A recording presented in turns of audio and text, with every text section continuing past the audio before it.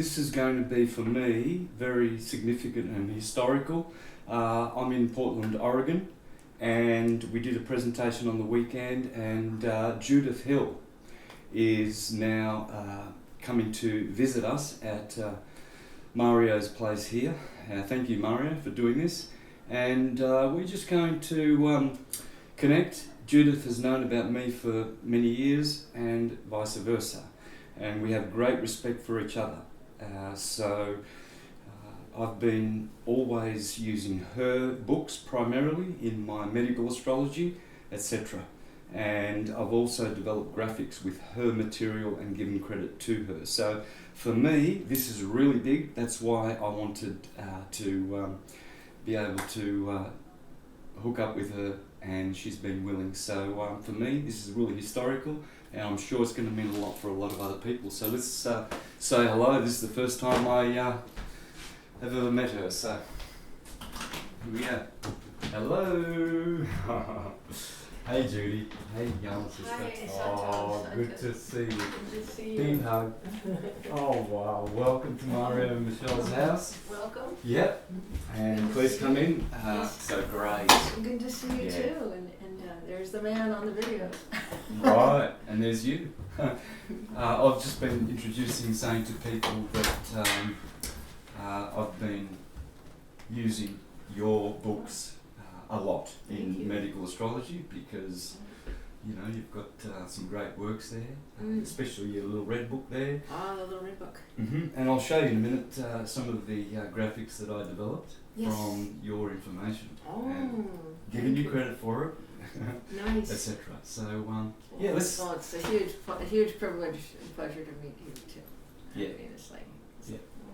I know, likewise, sister, and I think this will be really good for syncretism, because medical astrology, and I hope you can give us a lot of examples of this. Medical astrology is a surefire way of proving that astrology is a science, and we need to pay it some respect, because we could save people's lives. We do. We know, do. yeah. We really do. Like maybe 4 times, and I've saved people's lives. It really, really works. And my goodness, the quotes from the doctors who use it. For sure. So, we're the ones who know, who have practiced it. Yes. It's like a language. Yes. You learn French and you go to France, and all of a sudden you can communicate with it, and you get a lot of power and enjoyment. Yes. And the same with astrology. One simple example, just before we sit down, is the moon, right?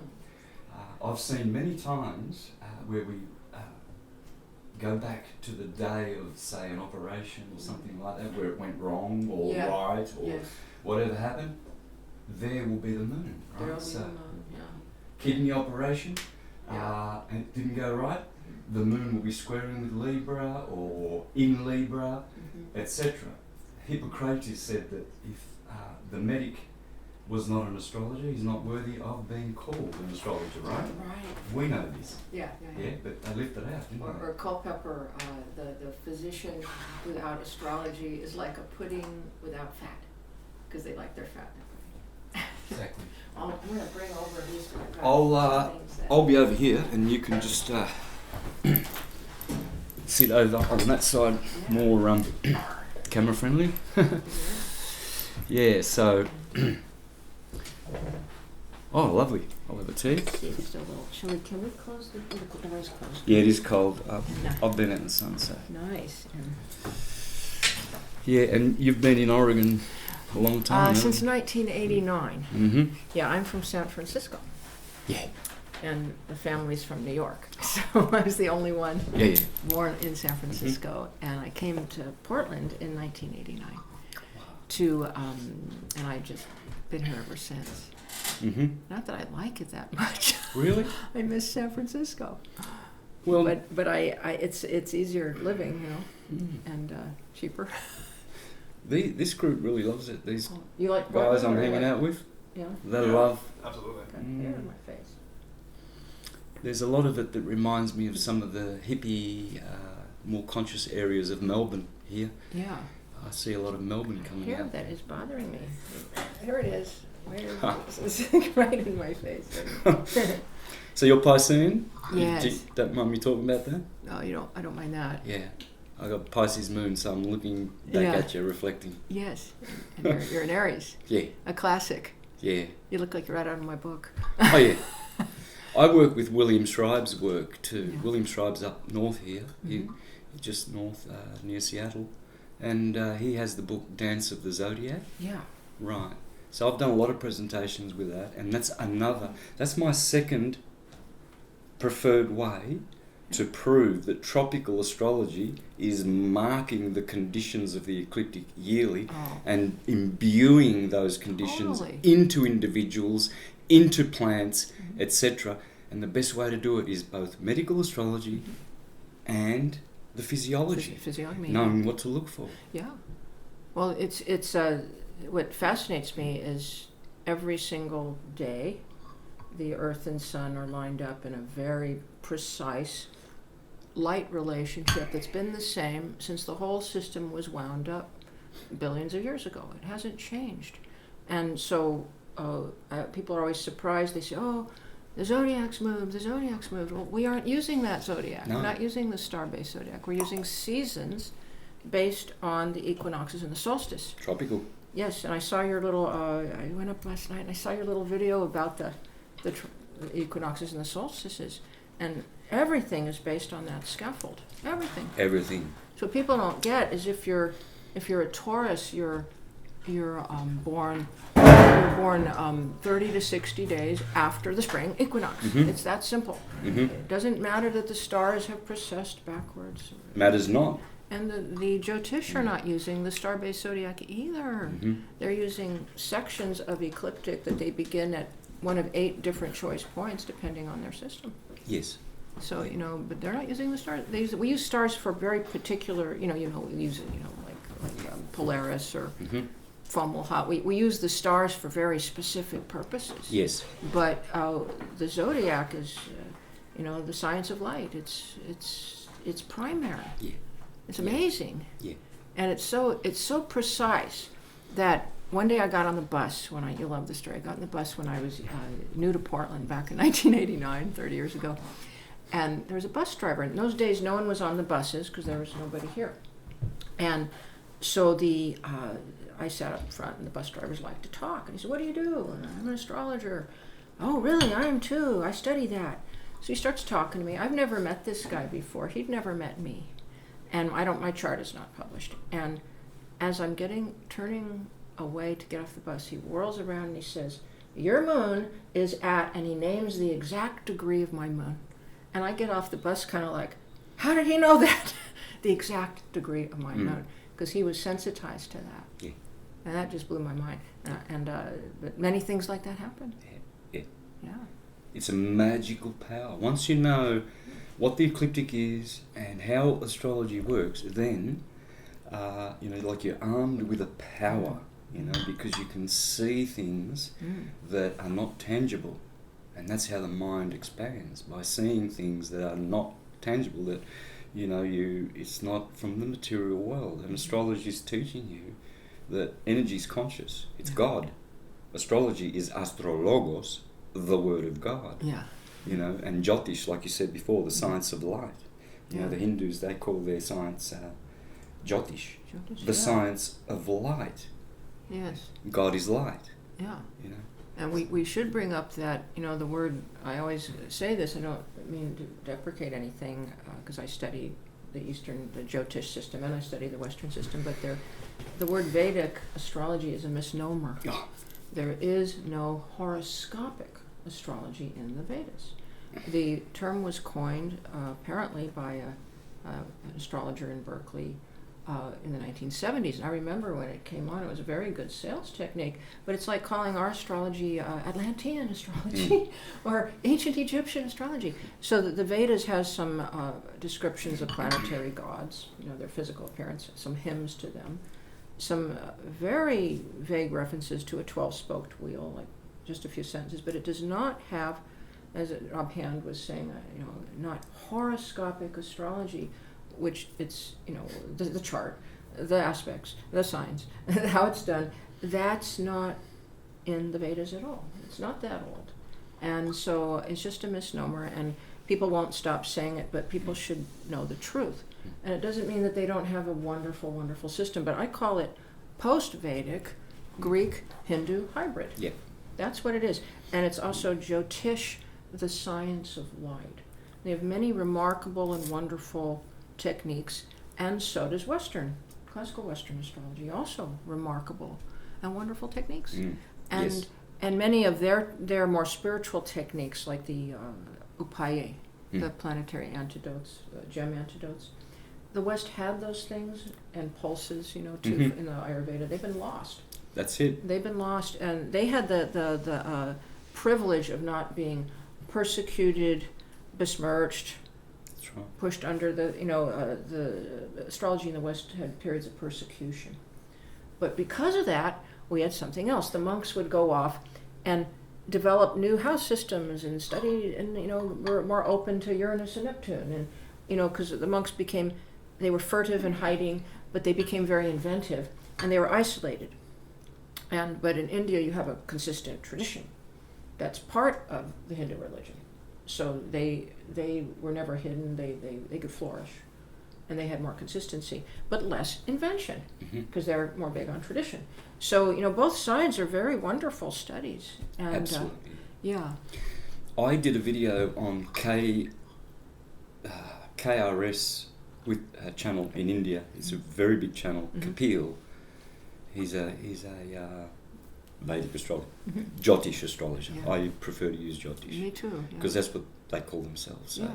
And I did an interview on there explaining the difference between both systems and validating both of them. Because I'm not one of these astrologers who's all tropical and says, they've got it wrong because it's wrong, and vice versa, which is very, very nasty from their end, I find. Oh, yes. They really, really attack astrology because with one simple, with the simplicity of their limited understanding, in that they say that, the star's not in Gemini now, it's in Taurus. Clearly, you can go out on your astronomical smartphone, you can see that tropical astrology says the sun's in Gemini, but there it is in Taurus. Well, we're not using those stars. That I used to teach that when I was Jehovah's Witness, knocking on people's doors in the 80s and 90s. That was my main point, telling them that astrology was from the devil, and it's wrong because the Babylonians had it pinned to the equinoxes, etc. Aries would always rise at 6 a.m. on the 21st at the vernal equinox. Aries would always be behind the sun at that moment, therefore we are in that age, right? And now there's a new age because Pisces somehow now, through precession, has taken that position. But I used to use that to say it's out of sync. It doesn't work, so it is from the devil, you're being deceived. Yeah. Until I understood that the ecliptic is where our zodiac is. And Thomas H. Burgoyne, in The Light of Egypt, I always bring that book with me. Thomas H. Burgoyne is my favourite book of all time for syncretism and astrology. And he explains there that what people do not understand is that the zodiac of the tropical system is on the ecliptic. The stars are behind the ecliptic. Those symbols, which correspond perfectly with the ecliptic zodiac. They do, but they're always going to be doing this. They're always going to be swaying away, precessing. In fact, Ptolemy said they don't go all the way around. They just wobble around Pisces and Aries and Taurus on that end. Some are much bigger than the sign. Yes. Some are much littler. Some are way above. Some are way below. So they aren't using the star zodiac either. No, they're not. And then there's they begin, there's like 8 different places you can begin the Jyotish, the zodiac, the sidereal zodiac. And they vary from province to province. So in the 1980s, the Brahmani system, the government said that's going to be the system. But it's not the system used in America. And you get very different charts. And that is actually a more serious flaw than they say, well, you have all these different house systems, but our planets are still in the same signs. But it depends on, I have my moon in a certain position, so I'll have 3 different charts depending on which I and Amsha I use. Different rising, different time lords, everything. So but I find the tropical zodiac, the sun is everything. Everything. It imbues the light, the electricity, the magnetism of everything. It's, So you get these very precise days. Like I did a big study of vocations, not just vocations, but you take two together. Like you pick, it'll work. You'll get statistical significance every time if you pick a general field and then a specialty, like jazz saxophonists. You're going to get statistical significance. So I found this would be true every time. So I did the who's who in jazz. We had every single famous jazz person up to that day ever listed. 60% of the great band leaders were Leo. 60% of the bass players, the great bass players, were Virgo. And it's the only position Virgo had any statistical significance in jazz, because they don't usually do that. But they're the support instrument. And then so then I took football and baseball. And then I took coaches, just coaches. Both fields, coaches were like 60% Aquarians. But if you just do, let's just do how they disprove astrology. This is another one. They'll say, we're going to look at all athletes. Yeah. They don't divide by type of sport. Have you ever noticed that gymnasts are almost always very pretty and have oval faces, and speed skaters have jaws like mine? Yeah, they all turn up with certain archetypes all the time. Because, this means a leg motion, and I have to walk. But, so, you have to divide by field and then genre. And so I decided, I got a big who's who. So I thought, let's try nursing, but let's try nursing administrators. So 60% again of all famous nursing administrators in the who's who were Virgo. So then I discover that the only two women who ever won Nobel Peace Prizes for social work were born 2 days apart in Virgo. Jane Addams and Mother Teresa. Yeah. So these are the vibrations of the specific days of birth and the signs on the wheel. For sure. And it goes through the psyche, the body. We're imbued with I call the natal chart the permanent planetary resonance imprint, because that's what it is. Yes, for sure. Permanent planetary resonance imprint. It is. But we just don't know quite how it imprints. But there are some really good theories. Oh yeah. Yeah. Yeah, and I'm presenting some really, really good theories and ways of how it works. I've done the same as you. I've done this with, I'm a musician and I love the guitar, so I've gone and looked at all the famous rock and roll guitarists and I've put them in their segments, and I can show people how, look, this is guy's Cancerian, you can see his crabby hands. Yeah. That one's Gemini, you can see how his hands work moving well around. together. Yeah. Another one is Leo, you can see he's a very flamboyant, how he's playing. I used to take delight in watching football with my brother. I love Aussie rules football. Have you seen that? No. Yeah, where we kick the ball. Yeah. and we handle the ball with our hands a lot, like in gridiron. Okay. So a lot of immigrants, like my parents, come from Italy, and they're like, you call it football, and they're just got their hands all over it. They rarely kick it. Is a handball or football? Anyway, but I love that sport. I grew up with it, and I love sitting there with people and pointing out how the different signs come through the individuals. Yeah. While you watch them run or... Yeah. So I'd say, that guy's, the way he just come out of that scrum there or out of that, that's Libran. You can tell how he's standing and how he's assessing the situation in the game. He's thinking, he's Libran, right? And he's balanced. Yeah. And so my brother would get there and he'd go, all right. So he'd look up, he goes, yes. Did you know he was Libran? No, I can see he's Libran. Well, he's Libran. I said, yeah, I told you he's Libran because that's how Librans work. See the defending guy? That guy's Taurian. He's the best defender in the AFL league. Yeah. He's a Taurian. He's got these long arms and no one gets past him because he's the bull. He defends his area. You'll see the Aryan in the front kicking goals. Yeah. The best goal kickers. And the best footballers turn out the greatest football in Australia. Lee Matthews, I remember 10 years ago, it was like 100 years of Aussie rules football, and they wanted to see what Australians thought, who was their greatest, pretty much like you had man of war and secretariat and war admiral, all from the same line, which, by the way, the reason why man of war was such a great horse was because he had Venus and Mars conjunct, but on the same declination. You see, we're not using declinations anymore, are we? No. Right? We should. So there is Mars and Venus, not only right ascension on the same degree, but also in declination. Bang. Yeah. Out comes man of war. So I went through all the great sportsmen, like in Australia, Don Bradman, the greatest cricketer who ever lived. Like his record was 99.99999%, and the second best was down to 50%. What made him so special? The same conjunctions. Yeah. So you can do that just by watching people. Oh, yeah, that's a Scorpio. You can see the way he projects his groin forward. Or that guy's got big hips. That's Sagittarian, the hippo. Yeah, you get something always big around this area for Taurus. It'll be the mouth or the nose or the big neck or be an emphasis here. Yeah, square head. Yeah. Like that cow. Big hands. Yes. But, I've got a funny story. People love stories. You've probably heard this one.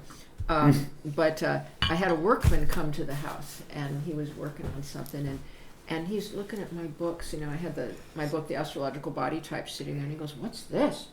What?" And I said, "Yeah, astrology can, describe physical appearance." And he goes, so he stands back, and he's in the door, and he stands back, and he puffs out his chest, and he's built like a V, a big chest, little tiny legs, and he stands there, and he goes, "Tell me what I am." Well, I can't always be right. You can usually guess the strongest planets and signs, but sometimes it's the moon or something. But I thought it's always Leos that do that. that was my tips. I said, "Well, not sure. A little this, little that. I think you're a Leo." When he goes, he actually looked like a stone hit him on top of the head because he was a skeptic, and he says, "I am a Leo," and then he turned around and just walked away. I've never forgotten that. It was so funny. This is the thing. He's probably thinking, well, Jesus condemned the astrologers, so this woman's a witch. I'll just walk away. No, but that's usually they've got these preconditioned stigmas that, they went to school and the teacher said, well, we don't do astrology because it's a pseudoscience. At school we learn science, So... Or I don't believe in astrology. That's like saying I don't believe in philosophy. It's like they don't even know what they don't believe in. So I always say I'm more than happy to debate anyone if they've studied it first. Study astrology for a year, then come and let's debate it. But don't tell me that you think it's all crap when you don't even know what I do. They don't know what I do. In fact, I usually don't tell people what I do at parties. I don't. No, because they immediately think you're a nutcase or a charlatan or a fraud, and they have no idea what you do. And if you go down to the library in Portland, and there's a vocational, they have these tanks of vocational brochures. I mean, just all kinds of drawers, and you take out these two big books, and vocations in America. If you look up astrologer, both of these books listed under entertainer. That is so insulting. Imagine putting a psychologist or geologist under entertainment. Mm-hmm. So, I'm always fighting this, and I don't know how far we're getting. Oh, man, I'm making inroads, and if not, I will. That will be my intent, to bring back the holy science. Yes. This is so important. It's crucial. We cannot go forward as a humanity, a collective, nor individually, without astrology.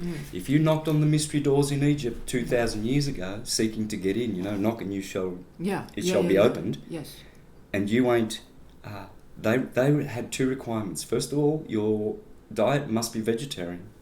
Seriously? Number one. In Egypt? Yes. Wow. Secondly,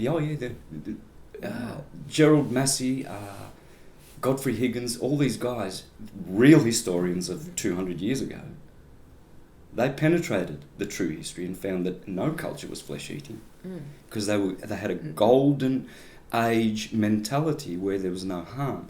But that's not the point. The other point was that the second thing was that you must be an astrologer and you must know how to do progressions and transits. And then you can come into the mystery. You don't go to learn about astrology there. You learn that first, because that's the law of God. Mm-hmm. When it says, "Oh, you have drifted my people from my way, my law," that's astrology. Why would God be saying to Job in Job 38:32, "Can you tell forth the Mazzaroth?" What's the Mazzaroth? The zodiac. So he's saying, do you know where the Pleiades is at any given time? Yeah. So that you know when Halloween's coming? Do you know when to put, when Orion, Ursa Major? Yeah. All of those are mentioned in Job, because he's saying, this is my word. Yeah. Then a Christian will say, oh yeah, but hang on a minute, but the Bible condemns astrologers. Yes, it does, but it doesn't condemn astrology. That's Just right. as Jesus condemned the lawyers. He said, woe unto you lawyers. But was he condemning the law? No, because he came to fulfill the law. Yes. But he was condemning the lawyers. God also condemns the judges. Woe to you judges, because you don't look after the widows and the orphans. You're stealing from them. Woe to you prophets of mine, because you're not telling them my word, astrology. You're deceiving them. You get your little fee and you tell them, oh, you'll be rich and famous and you'll find love, and then run away.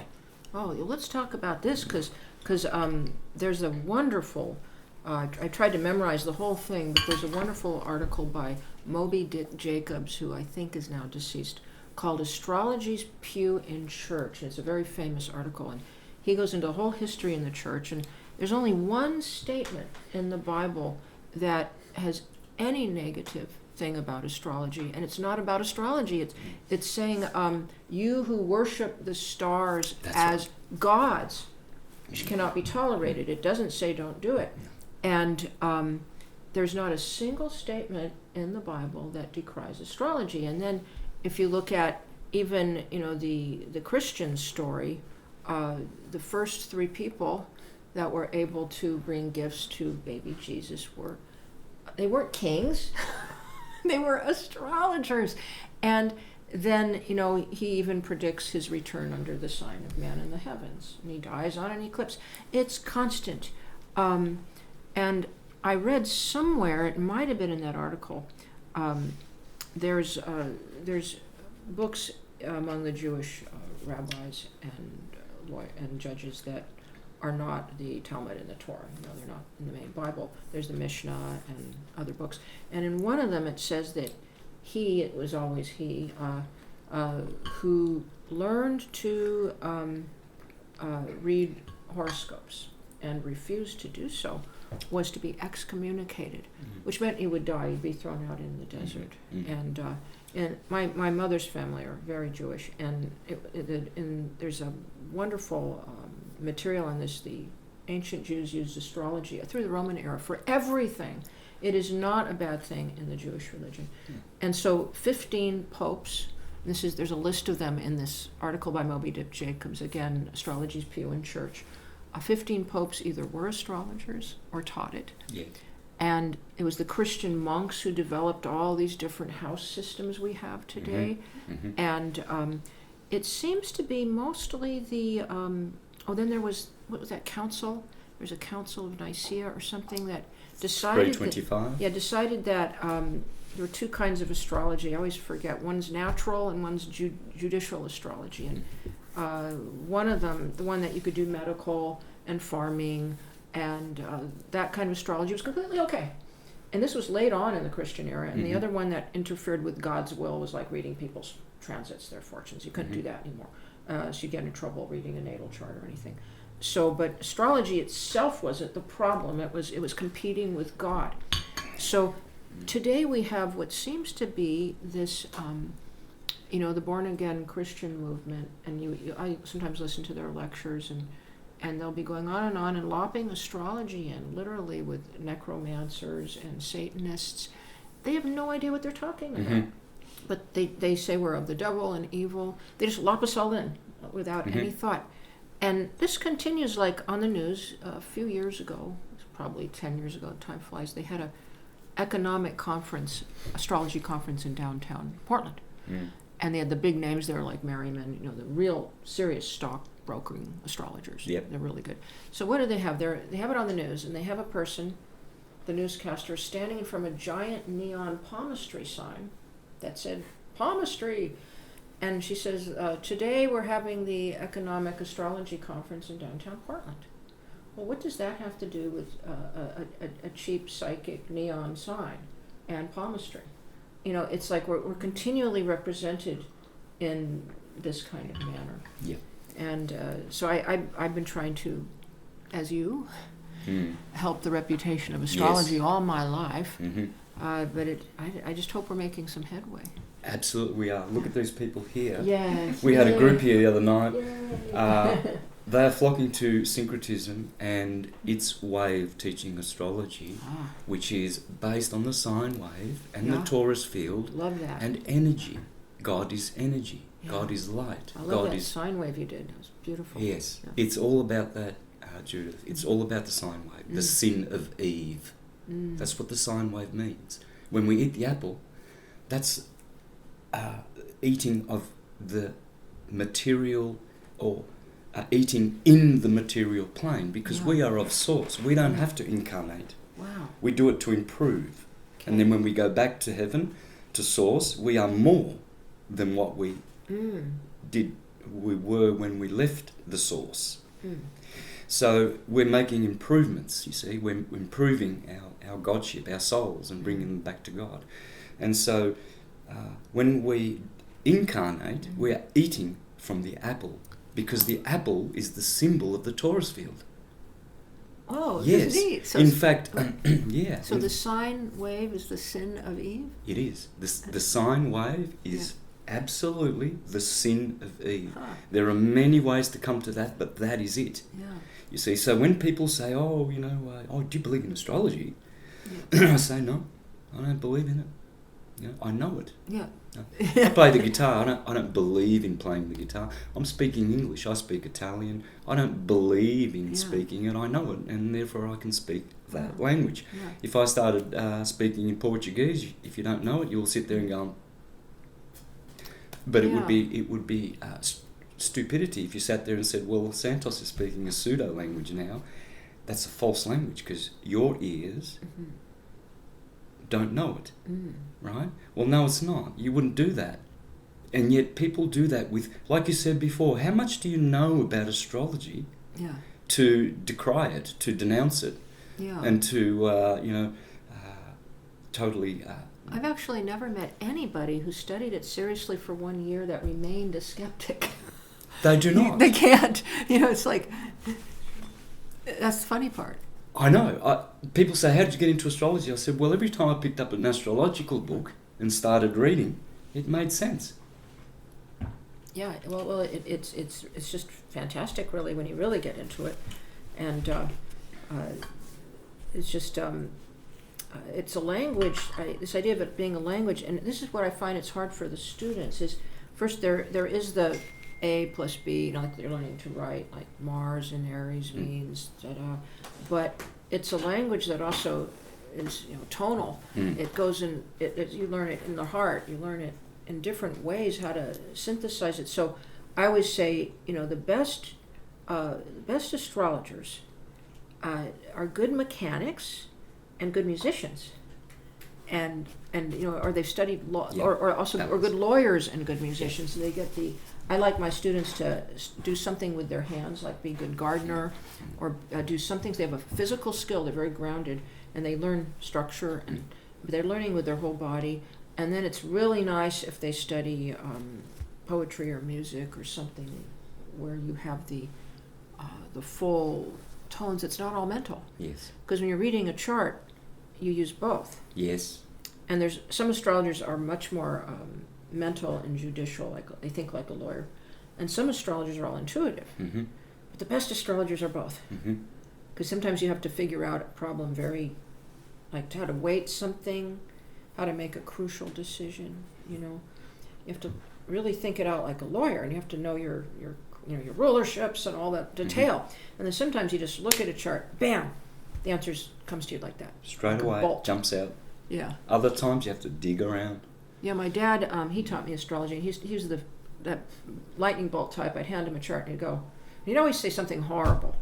He'd say, "Oh, they'll die in their 52 in some awful manner," and then hand me the chart back. It's like, wait, this is my friend, I'm like 14, but he would just see something because he'd get a clairvoyant thing, but he would never sit around studying charts, and but he was a very, very fine astrologer, but never got into reading a lot for people.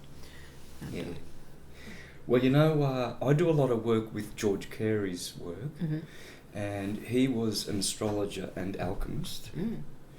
And he discovered that the 12 tissue salts that Schussler discovered, the German physician in the late 1800s, he was studying the cremated remains of humans and animals, and then studied the remains because he wanted to know, what are we made of?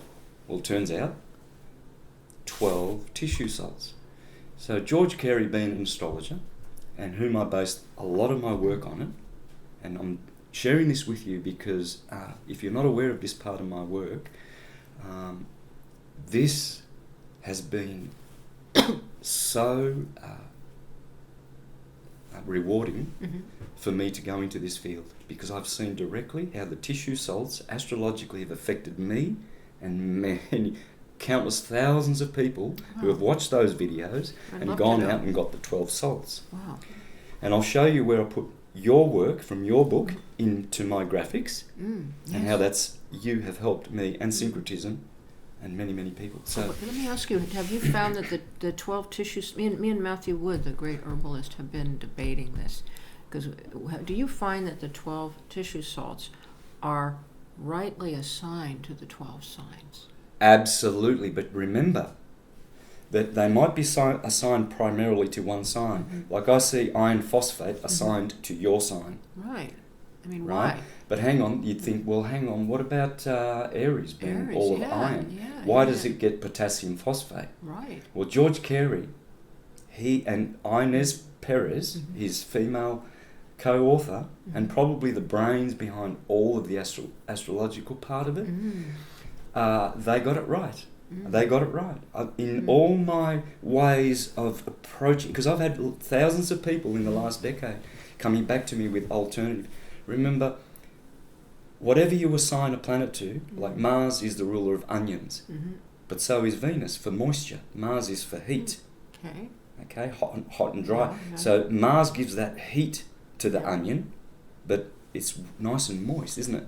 Well, then a co-ruler, Venus, steps in to provide the humour, which Mars, because there are only 4 humours, cold and hot, 2 positive, moist and dry, 2 negatives. So the same is with the salts. So starting from Aries, going all the way through to Pisces, your sign, you've got potassium phosphate, Aries, Taurus, sodium sulfate, Gemini, potassium chloride, Cancer, calcium fluoride. Calcium fluoride, good for the teeth. Sodium fluoride, bad for the teeth. It's a wrong combination. Leo, magnesium phosphate. Heart? Yeah, the heart, magnesium, to settle the heart and keep magnetism in the blood. Yeah. You see, you've got it right. Virgo, potassium sulfate. And I can tell you why the potassium with the sulfate works for Virgo, because it's the digestive system. The sulfur. Okay? And potassium. Libra, sodium chloride. Sodium phosphate. Now here's something interesting. I'll stop there and then I'll do the rest. Yeah. Went to a naturopath, family naturopath, about 2 years ago. My mother took me. She said, let's go to Don. Been going since we were knee-high. Mum was always into health and, no sugar, brown bread. Everything was really, that's where I got most of it from, good parents, So we went to see Don, and he's still a Jehovah's Witness. Good on him. Knows nothing about astrology, which is from the devil. Anyway, he looks into my eyes. He goes, "Oh, Sam," he called me Sam. My family called me Sammy, Sam, not Santo, but yeah, that's cool. Sammy, he says, your kidney. It's one of your kidneys. So what I'm going to do is I'm going to give you sodium phosphate. And I thought, well, there you go. I know, studying George Carey and being an astrologer, that sodium phosphate is for Libra for the kidneys. And he said, this will support your kidneys. So I had Mum there, didn't say anything to him, not going to bother. Yeah. Maybe I should have. But as we walked out, I said, Mum, pulled up my computer, said, see this zinc rotor here? You see the salt, the tissue salt that he gave me? You see where it is there? It's for Libra, sodium phosphate. He knows nothing about astrology. But see, this is how astrology knows everything. And we are yet to know these things. Here's another one. George Carey discovered that each one of us is weak in either 3 or more signs. The sun, the moon, the south node. No, that's a different thing. Oh, a different one. So you're born in Pisces. You had a 9-month gestation period, we'll assume.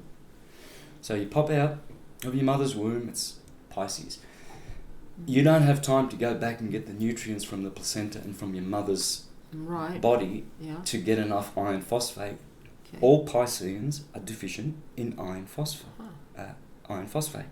And George Carey administered that salt and the next 2.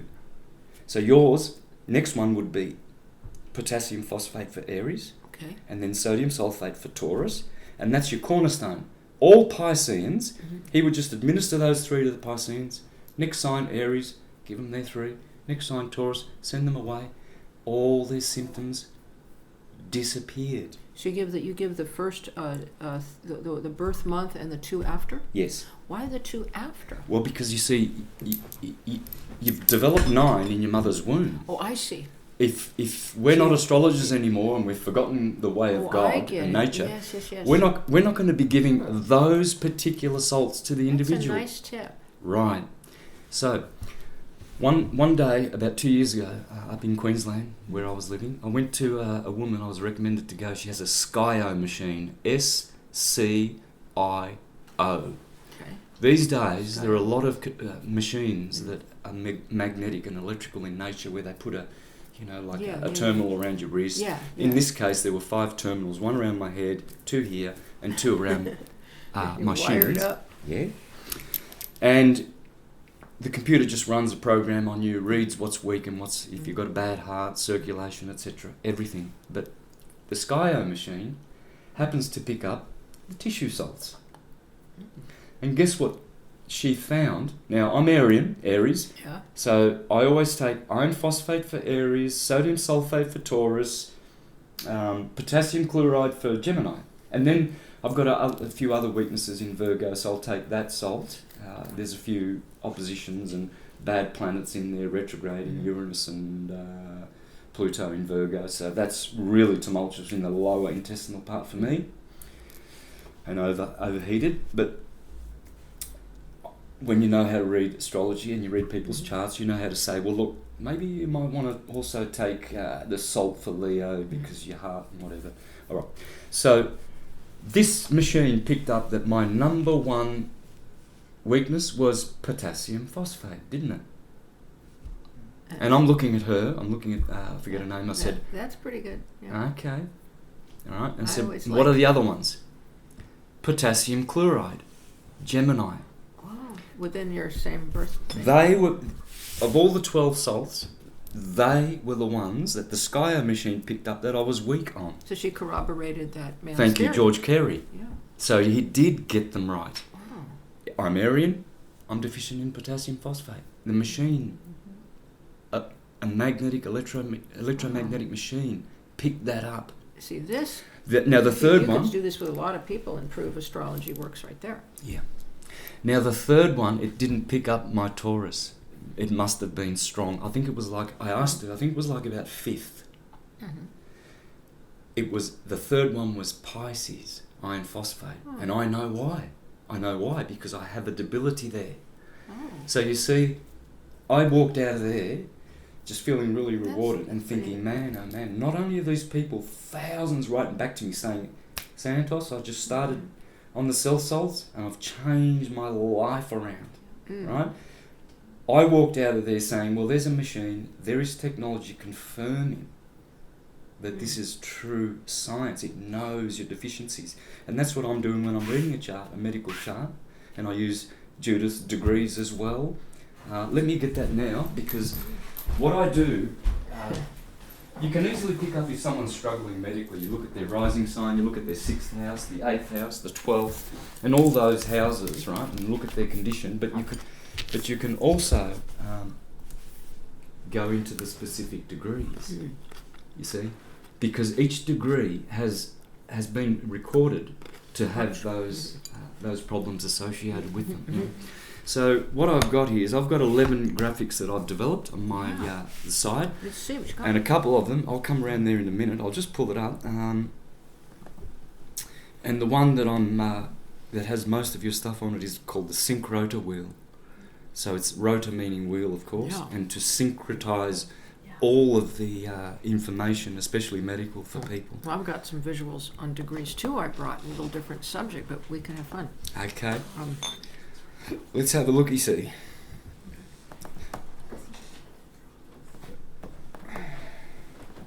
So maybe I'll sort of point this to the camera as well. So that one there, there's the graphic, right? This is just look at that. This is the chart of dignities. Yes. Domiciles, Yes. exaltation. This is basically just a circular Ptolemaic chart of dignities. Yeah. And these are from Judith's book, all of these medical degrees. So I always start... And I have to say, what I did was collect what other people had found about these medical degrees from several authors, and then added some of my own. But what's missing is the study. There's another German, I think it was the Ebertines. They were able to correlate every degree to parts of the body very distinctly, but they left out a lot. There are big gaps here, you see. Yeah. Look at these gaps. For instance, you notice the mutable signs are always packed with illnesses. There's Pisces, Gemini, Wait, this is the illness. Virgo. Why? Because they are cadent. Mm-hmm. Okay, they are mutable. There's a lot of change going with those, and so there's a lot of degrees there. I've noticed these things. And all these missing ones, you know why they're missing? Not because astrology doesn't have that information. It's because it's been persecuted, burned, destroyed. I was saying the other day, we have Porphyry's house system. Wow. We have we have Porphyry's house system, do we not? Yeah. Where are his 12 volumes of the greatest astrology that was ever written? The Neoplatonist, 1800 years ago.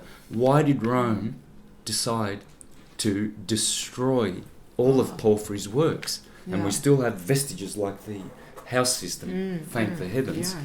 Why? Because he would have had, look, see these gaps here? The information is there, guys. It's just that now, why I made that illustration of the Skyo machine is to show how now we have computers and machines like that. There is no excuse. We should be able to go back in all the medical records, all of the police records, all of the historical records, put them in a computer, right?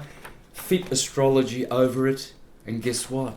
We're going to see how all of it absolutely correlates. Oh. And it does, Yeah. because I've done it. Wow. You know, I've done it with many things, as you have. Yeah. We know. Yeah, there really should be in every hospital. There should be some people choosing safe surgery dates, studying the difficult cases, timing for everything. If the remedy should be hot or cold, you know, it would make such a difference. Dry or moist. So what happens then if people if there's nothing, like Leo doesn't have a lot of stuff, right? So if someone has a bad planet here in this part and there's no degrees here, what I do then is I go to these deacons, and also I got these from Judith's book. Now, what's that medical one, the little red one? Oh, It's the about little 10 red years one? old. Oh, I would have bought it 10 years ago. It's this Let's have a look at that real quick. And so you go in here, and then there's the head of the man at Aries, and there's the whole body. Inside here are all the tissue salts. So they are the respective tissue salts, and these are all the things pertaining to Aries, which will be medical, etc. So there are the specific degrees. This one or this one? Thank you, I love this book. Oh, this one's great. This is the brand new one I know. that you would love, because it's This, the forward don't- by Matthew Wood. you don't have the forerunner to this? Because I'll be able to find it straight away. I've got some others here. Hold on. I've done a whole bunch of things. Let's see. Is it this one? That's the one. Thank you. There you go. Okay, so in here, there is a chart. The decadent Oh, chart? this is a must get book, because not only are you looking at body types, right? You know what? You've got the other one on medical astrology, Yeah, the forerunner to this one. I've got a lot of different books. But this one here will show you. I mean, look at that. That's what Judith was saying before. What does a Taurian look like? The 4 types. You know, you see the Arians, according to William Schreiber, is they're like Well, I drew you. head first. Well, you know, it's Aquarians are like this, heads Well, back. Well, I drew a And their picture. legs. I drew a picture of you of Aries before I met you. And, you know, and it's like there's a I'm the classic, classical Aryan body a type. classic, and not everybody is, because you have your sun, moon, and rising, and so. And Leo rising. That's also for, as I said, for every dollar I've had for people saying your animal is a cheetah. Yeah. Look at these skinny, sinewy, See there, you know, there's the very strong, see there's but very the skinny. there's the and I described the manner like there's the and then there's the turn the page, there's Aries, and then there's the sweating and always vigorous and skinny and muscular, and there he is. You know, and then the manner. Okay, the manner. This is funny. The Aries type is energetic and spunky. They manifest a positive "let's go" quality, exuberant playfulness, or an excess of irritable impatience. Aries folks like to accomplish their aims without undue delay. They evince a cheerfully ambitious manner and are somewhat unconscious of their effect on others around them. Aries love to laugh. Playful, fun-loving, and vital. They're always game for new experience and project. Aries like to carry out their goals and satisfy their urges now. Energy arises spontaneously in the muscles of this type. You notice how Santos is always moving, and he's muscular and lean. Therefore, Aries people require sudden walks, runs, and other physical safety valves, and dislike physical restraint. A positive, extroverted sign, yet fully capable of acting independently. So I give a little on the manner that you look of each sign as well as their looks. But, you know, he's basically put cheerfulness, positivity, zest for life, and adventure, some spirit are typical of Aries. It's also very playful and prone to baldness. And there's a picture of a warrior. Baldness? Baldness. Yeah, like 'cause or receding. Yeah, the fire Airy, burns up the typical hair. yeah. But always there's in the description I do the signatures, something striking or notable about the eyes, eyebrows, forehead, or hair. And look at him. Yeah, defined. Aries have definition. I mean, your eyes you're very intense around here. Yeah. And you know, there's you know many other little traits that you look for. So, and you'll see most of if you meet anybody of any sign and you study the traits, you'll find everybody has some traits of their sun sign. And about 1 in 3 people will look very much like theirs. Like I would have guessed you as an Aries. Yes. And about 1 in 3 people will look a lot like their rising, and another third like their moon. And the strongest planet right near the ascendant, or exactly conjunct sun or moon, can influence you as well. So there's, you know, we're a, and what is a sign? You know, this is another thing. A sign, this is very important for medical astrology. A sign is not an element. So a sign is a conflation An archetype of everything. of a sign, of an element, a planet, Yes. and a season. Condition. Now this is why when they describe certain temperatures to elements, they will sometimes be wrong for the signs. Like they'll say air is warm and moist, but Aquarius is your coldest of all signs. It's ruled by Saturn. It's midwinter. They have cold, chilly complaints. They're very mental and electrical. Whereas Taurus, which is described as, you know, cold and dry, Wet? Cold Oh, and dry. earth sign. No, it's one of the warmest of all signs. Taurus people are Spring. They're magnetic, they're sexy, they're warm, they have often a warm padded hand. Venus is a greenhouse. So individual signs are not elements. They're part of an element family. And humors are not elements either.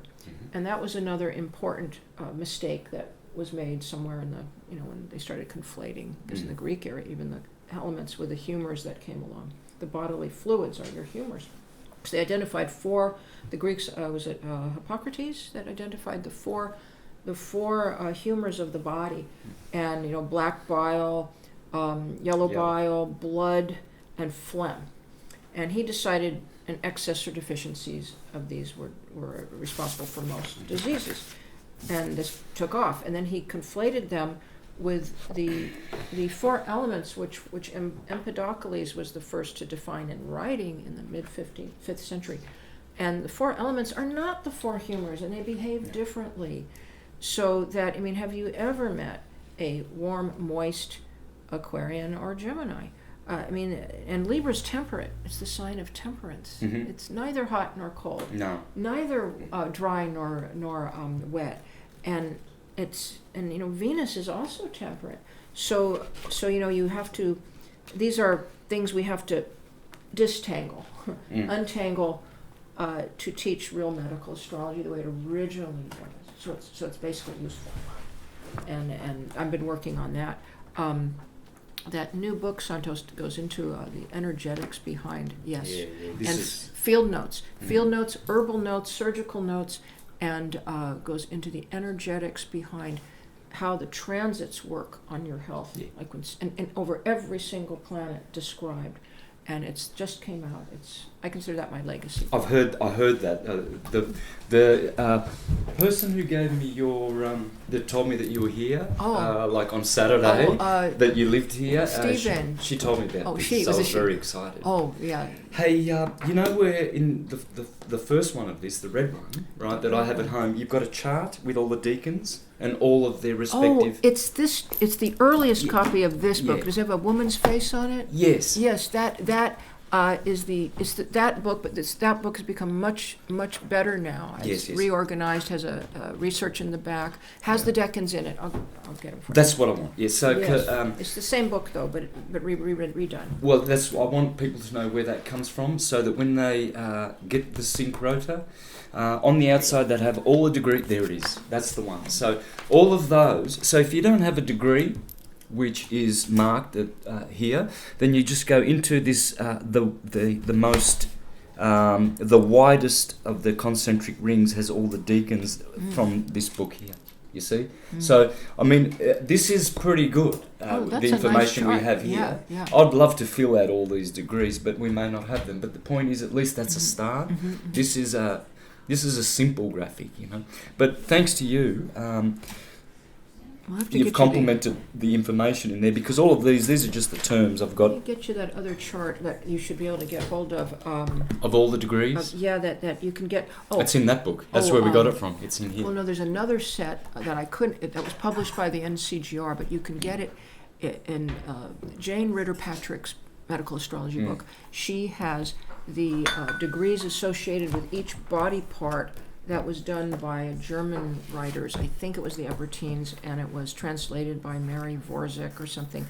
I have all the information how to get it here, but I couldn't get an okay to print it. But what they did is they went down the body, and they'll have like 21 Scorpio rules, the nasal septum, and 28 Libra is the bladder, and they've left out a lot. Like they've left off the clitoris. Oh boy, and they, important. And they left off each vertebrae and different lobes of the brain. So they've left off a whole lot, but it's still, I've been using it, and it tends to be pretty accurate. Like when people, like they'll have people with bladder problems, almost always have planets between 28 Libra and 4 Scorpio, I found. Urinary system, Libra. The urinary system, the early and late urinary system, or the nose problems, or certain things. Oh, problems with the aorta, almost always something near 0 fixed. Zero Leo is real typical, or 0 Aquarius. Like I've been looking at sudden aortic aneurysms. Yes. Be like one client had you'll love this. He had Mars exactly at 0 Leo, and right when Mars came exactly on it, and that eclipse, like there's in 1 year, like boom boom, right on the eclipse, he has a massive aortic aneurysm. Yes. And I've been watching this in several cases now, and it's going to be planets at 0. Near very within a degree, 0 fixed. The cusps 0 are fixed. very. Yeah, so that chart, if you can get it, but if you can get Jane Ritter-Patrick's book, she has a copy of it. Would you be able to help me with that? Because I want to really make a really. Yeah. You just have to buy that book by Jane Ritter-Patrick. It's a little book called Medical Astrology, little thin book.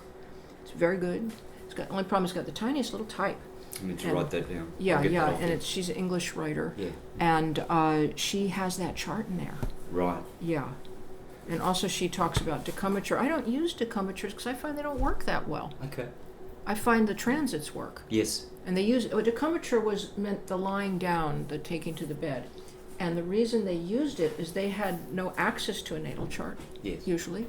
And so it was the easiest thing they could do was do a chart of the time that you took to the bed. But I've done several of them, and I find they are, in my opinion, except for one case, which happened to be my own, but they just do not describe often very accurately where the problem is. And they'll tell you about the timing of the problem, how long it'll last, how serious it is, yes. But I find the transits will just pinpoint it, boom. Saturn is sitting right on your Mars, and, they're having a muscle spasm or something. And the transits are so accurate, and the recent eclipses, they're so accurate. Yes. So, so I just stopped. I don't teach decumbiture because I just don't find it as good.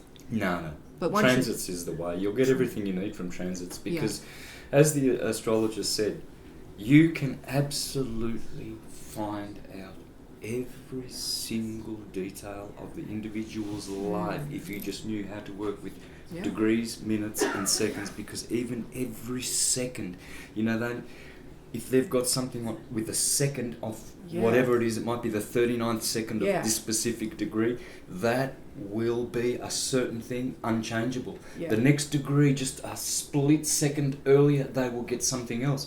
So the reason why, when people say, you can't know everything and it's limited, yes, it's limited because we are limited. Yeah. Astrology is limitless in its knowledge. Limitless. And it is all on the chart.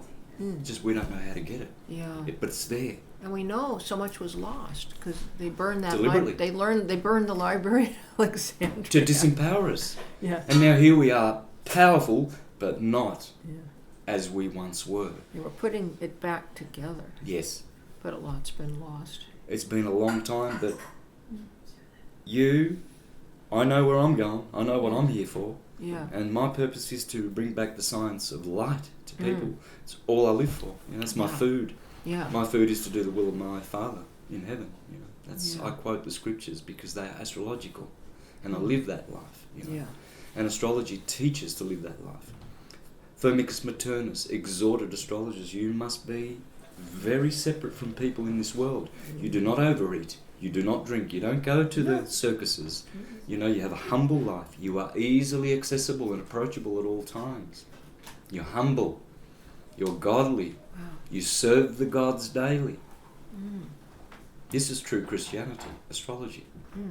And I know that I'm here to put it back in its place as the mother of all sciences and our true philosophical science. Santos, you said something so important, which may get us in trouble.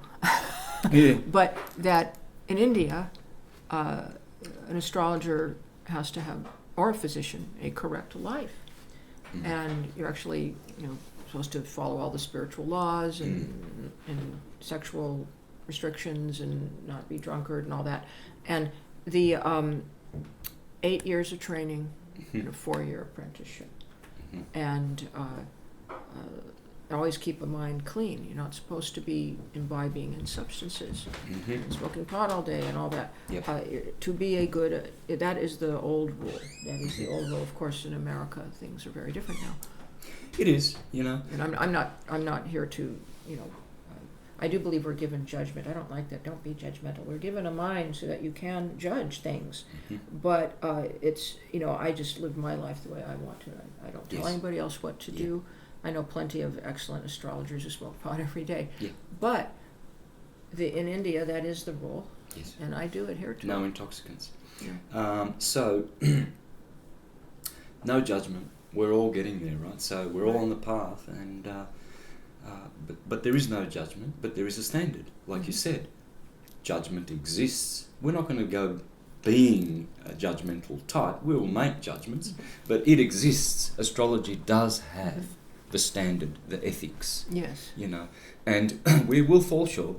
We will fall short. We all do, yeah. Yes, and that's fine. That's cool, but because it's in it's in that we correct our paths. We learn who we are not. Yeah, but do you find being an astrologer? Do you find we have a sort of a psychic responsibility, a spiritual responsibility, and do you find it a heavy load?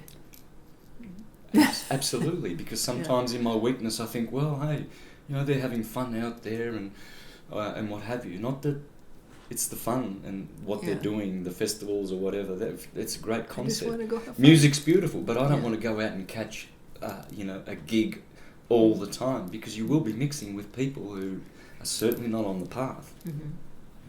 Yes. And if they're not, that will diminish your beautiful energy, because it's there to feed off of it. Yes. Because we are the ones with soul, and we are the Yeah. ones that they want energy from. Yes. And we're giving it away freely. So that's why don't be enticed by these things, fame, glory, riches and things like that. It must be a simple life and pure.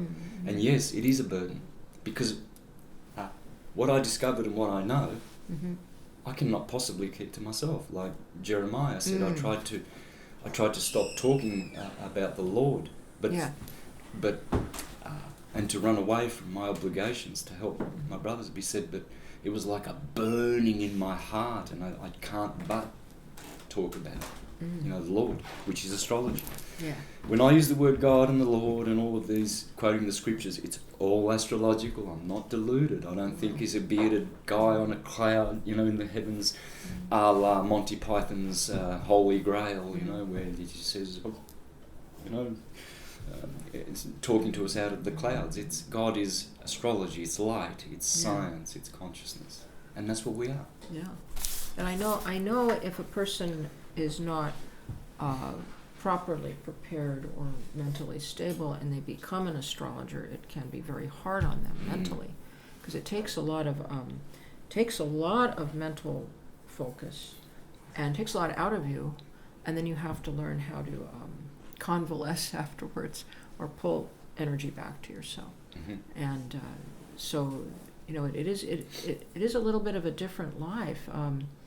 So I always want my students to contemplate that if they want to become a full-time astrologer. It takes a lot out of you, and you do have to have time alone. It isn't a normal life. It's kind of like becoming a priest, if you like it or not. Or a shaman. It's a spiritual responsibility. It's the highest path. It's the highest path. The astrological path is the highest and most noble of our. Yes, there's no path. About that. No path that you can go on. You've got people who say, "Oh, go out and be a hermit," Well, and stay away from the world. That's unbalanced. That's why the dark forces work so hard to make astrology look foolish or like entertainment or like it's black magic, and because all my life, in normal people, I can't tell people what I do because they'll sometimes laugh out loud or start saying things, and it should be as you said, I never thought of that, the highest of the sciences. Yes. But it's made the lowest. Yes. Yes. You see, those prophets that God used to send out to the children of Israel, they were astrologers. Yeah. Prophet means astrologer. Carpenter, Jesus the carpenter, means astrologer. Mason means astrologer. It's all astrology. Well, people don't realize it, but George Washington, the father of our country, do you guys know this? But he was a Mason, and he was a great astrologer. I've seen his diaries. And every single the major buildings founded in Washington, D.C., he made sure the cornerstones were all laid at a very exact time, and based on astrology charts, which he was doing every morning in his diary. And there's a book on this that shows him on the cover with his mason's apron, and how the techniques he used to lay those cornerstones. Yes. And this is pretty amazing. Because these people build things to last. They're not gonna do. You'll find that. Thank you. Thank You're welcome. Yeah, Lovely. Yeah. Too good. So here. That's mine. So you'll find that because they want their enterprise to succeed, they're not going to, for instance, lay that stone when the moon is in a mutable sign, for instance. They wouldn't be doing it when it's in Virgo unless there's a specific reason to do that. It's a temple dedicated to the Virgin. Yeah. They will do it in a fixed sign because it will give fixability to the edifice, to the enterprise. If they want to really succeed and start a revolution, you make sure the moon is transiting a cardinal sign because you'll have all the explosive energy. If you want to finish a matter, moon in a cardinal sign, a mutable sign, so that you can now finish that chapter. So they know what they're doing. And you know what was going on when we started today?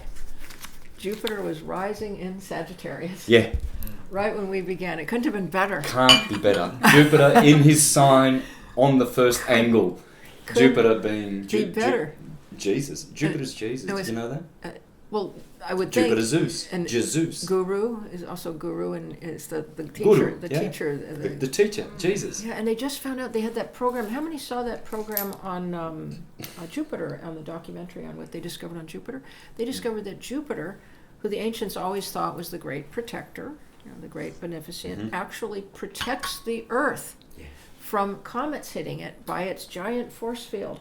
And something about Jupiter also is the reason why the Earth has water. And I didn't catch it quite. But, Hot and moist. and Jupiter's exalted in Cancer. Hot and moist. And he's the great protector, the great beneficent. So it's like Exactly.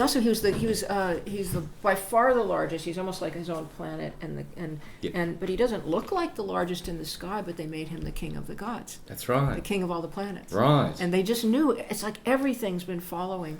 So It's in incredible. theology, so let's syncretize two fields of wisdom: theology and astrology. So, in the Bible, Jesus is the benefactor. Okay. In astrology, he is the greater benefic. Yeah. The great benefic. Yeah. In theology, Jesus is the King of Kings. In astrology or mythology, Jesus. The king of kings. Thank you, Christians, for perpetuating the name of Zeus, God of gods.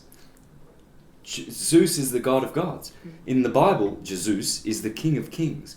Now I could go on. There's many other things. Yeah. Jesus. Jesus. Yeah, that's interesting. That's why I thank the churchgoers for keeping the name of the God of gods, Jesus. Because in Hebrew, that's not his name. It's Yeshua. Yeah. Yeah. Why don't they say Yeshua? Because they King Jesus. read the I Christian thought of that. Greek scriptures. It's Greek. Oh, of Christianity is Greek. Of course. It's Hellenic. Yeah. It's syncretic. Yeah. You see? That's lovely. Jesus stands on the Mount of Olives. Zeus is on Mount Olympus. Do you want to go on and on and on and on and on ad nauseum to prove? And are olive trees ruled by Zeus, by Jupiter? That would be interesting. Yeah, They're the full two olives, Well, they're full of fat, which Jupiter rules fat. hot and moist, Yeah. bounty, abundance. You see? That's why he's a The benefactor. arterial But Satan, system, and he rules the arterial system. Everything going, generosity going outward. that's right. You know. But Saturn, Yeah. he's the window. he is the greater malefic. Yes. Saturn is the Saturn. malefic. Satan is malignant. And both begin with Sat. All the mal. Saturn. Yeah. Right. And he's the ruler of acidity as well. So now you begin to see that. And he blocks the light of the sun. He's cold and dry. Lead. He rules lead, Yes. so he blocks the light of the sun, and he stands opposite to the sun in rulership. Lead and gold. And if you can Opposite. experience this if the few days or weeks that Saturn exactly transits your natal sun, your career will be consolidated, your life work, but you'll feel very, very depressed, Yeah. as if someone took the light of the sun away from you, because he's a lead shield. He leaves you on your own. It's like God disappears. So you're left on your own suddenly, and then he goes away, and the light comes back. But there's the anti-light. Yes. The blackness versus light. Exactly. Well, what are Saturn's two humours? Cold and dry. Now, how are you going to grow a garden with cold weather and no moisture? It's not going to happen. So you see how he is the ruler of death Yeah. and restriction, because he's not going to let you grow. Well, Jupiter comes along, he's the opposite, hot and moist. That's summer. Yeah. You see Jupiter is exalting in Cancer, Yeah. way up at summer, Yeah. the Tropic of Cancer, Yeah. giving us moisture in Cancer and heat. The dog days come thereafter. But then Saturn exalts in Libra, where we are now. Yeah. Saturn is Satan, cold and dry. And you see the autumn here, Yeah. it's getting cold, Well, also and there's not much rain, it's drying up, right? That's the autumn. there's also that's good. There's also the Satan or Saturn is the law of karma, and he's at his best in the sign of the scales. That's right. Yeah. Judging, or setting matters straight. right. In the Lord's Prayer, where you ask, Retribution. in the Lord's Prayer, where you ask, forgive us our sins as we forgive others, that's Libra. So starting Yes. at Aries, Yes. our Father who art in heaven, hallowed be thy name. What's the name of Aries? I am. What did Moses say in the burning bush? What is your name? So I can go to Pharaoh and tell him. I am. Hallowed be thy name. Thy kingdom come. Taurus is the kingdom of God. Earth, solid. The rock. Thy will be done. The throat chakra, Gemini, Mercury, the deliverer of God's message. Thy will be done. On earth as it is in heaven. Cancer, rulership moon, is the earth. The Son is our Father who art in heaven. The Saviour, Jesus Christ, is the Son who art in heaven. Give us our daily bread. Virgo, the bread basket. We just went through Virgo and we see all the golden grain and all the bread is being put into the silos for the cold winter. Right? Give us our daily bread. Then the kidneys. Forgive us our sins as we forgive others. Yeah, I've got a lot of sin on this side, and I better do some forgiving and balance back. Lead us not into temptation. Scorpio, the generative system, sex, creativity. Yeah. Don't lead us into temptation. Sagittarius, deliver us from the wicked one. Right? Capricorn, for thine is the kingdom. Aquarius, and the glory. Pisces, and the peace forever. Amen. Excuse me. Everything is astrological. Every speech, every gospel, everything you and I say or think or feel, it's all astrological. Every thought wave, emotion wave, etc. starts at Aries, ends at Pisces, no matter what kind of a wave it is. And that's how it really works. Walter Russell said, if you want to understand the secrets of the universe, no, and he didn't say that, he said in the preface of his book, the secret of the universe is in the wave. So I ran with that when I first read that about a decade ago. And those are the things I run with. We have such synchronicity because Sure. I've been just knowing that the wave, circles are cycles and circles are waves. They're all made out of vibration. That this is a great secret that I've been figuring out. They used to work with circles and cycles for everything, for healing and I know it's the secret behind anti-gravity. Of course it is. I've been working on this, but I've got something to share with you on that. We'll do that privately. Oh yeah, magnetism. Yeah. How to manipulate magnetism is the key to unlocking all the magic that you have in you. You're a magnetic body. I'm sure you know this. But it's all has to do with the rate of precession of the magnetic field it processes. And what they've done is they've worked out how to slow down the Lemur frequency or electromagnetic retardation. That's what it's called. So these torus fields, God, stars, atoms, your body is an anatomy, so you're made of trillions of stars, a galaxy of stars called cells, atoms. Yeah, every one of us. Huh? Every one of those has a field, no particles. Thank you, Walter Russell. It's all field. So it's a field. You are walking through 4 elements, liquid, gas, solid, plasma, and you are a field.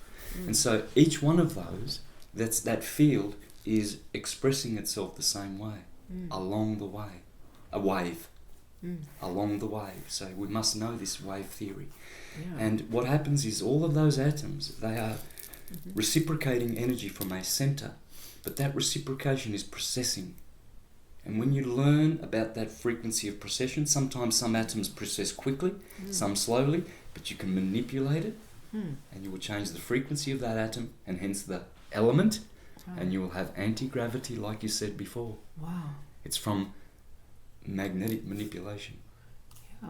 And that's how they're doing it out there. They have this technology and they know it, Yeah, and keep it from us. Yeah, they must already. For us, magnetism's like a little gimmick, fridge magnets. Yeah. Ooh, look at this. Ooh. That's God. You're playing with God. Yeah. It's conscious energy. It's not just a force where you can go, oh, look at that, it pushes things away. Mm-hmm. That is the Holy Spirit. It's the Yeah. Holy Spirit. This free gift. It's everywhere. Yeah. And only astrology That's tells so you how that Holy Spirit works. Mm. Yeah, it's so interesting.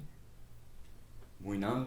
We know Yeah. it is, isn't it? That's why we're here. What fascinates me is, so everything is spinning, and everything is on a cycle that has 12 parts, which Arthur Young was the physicist who solved the problem of helicopter mechanics.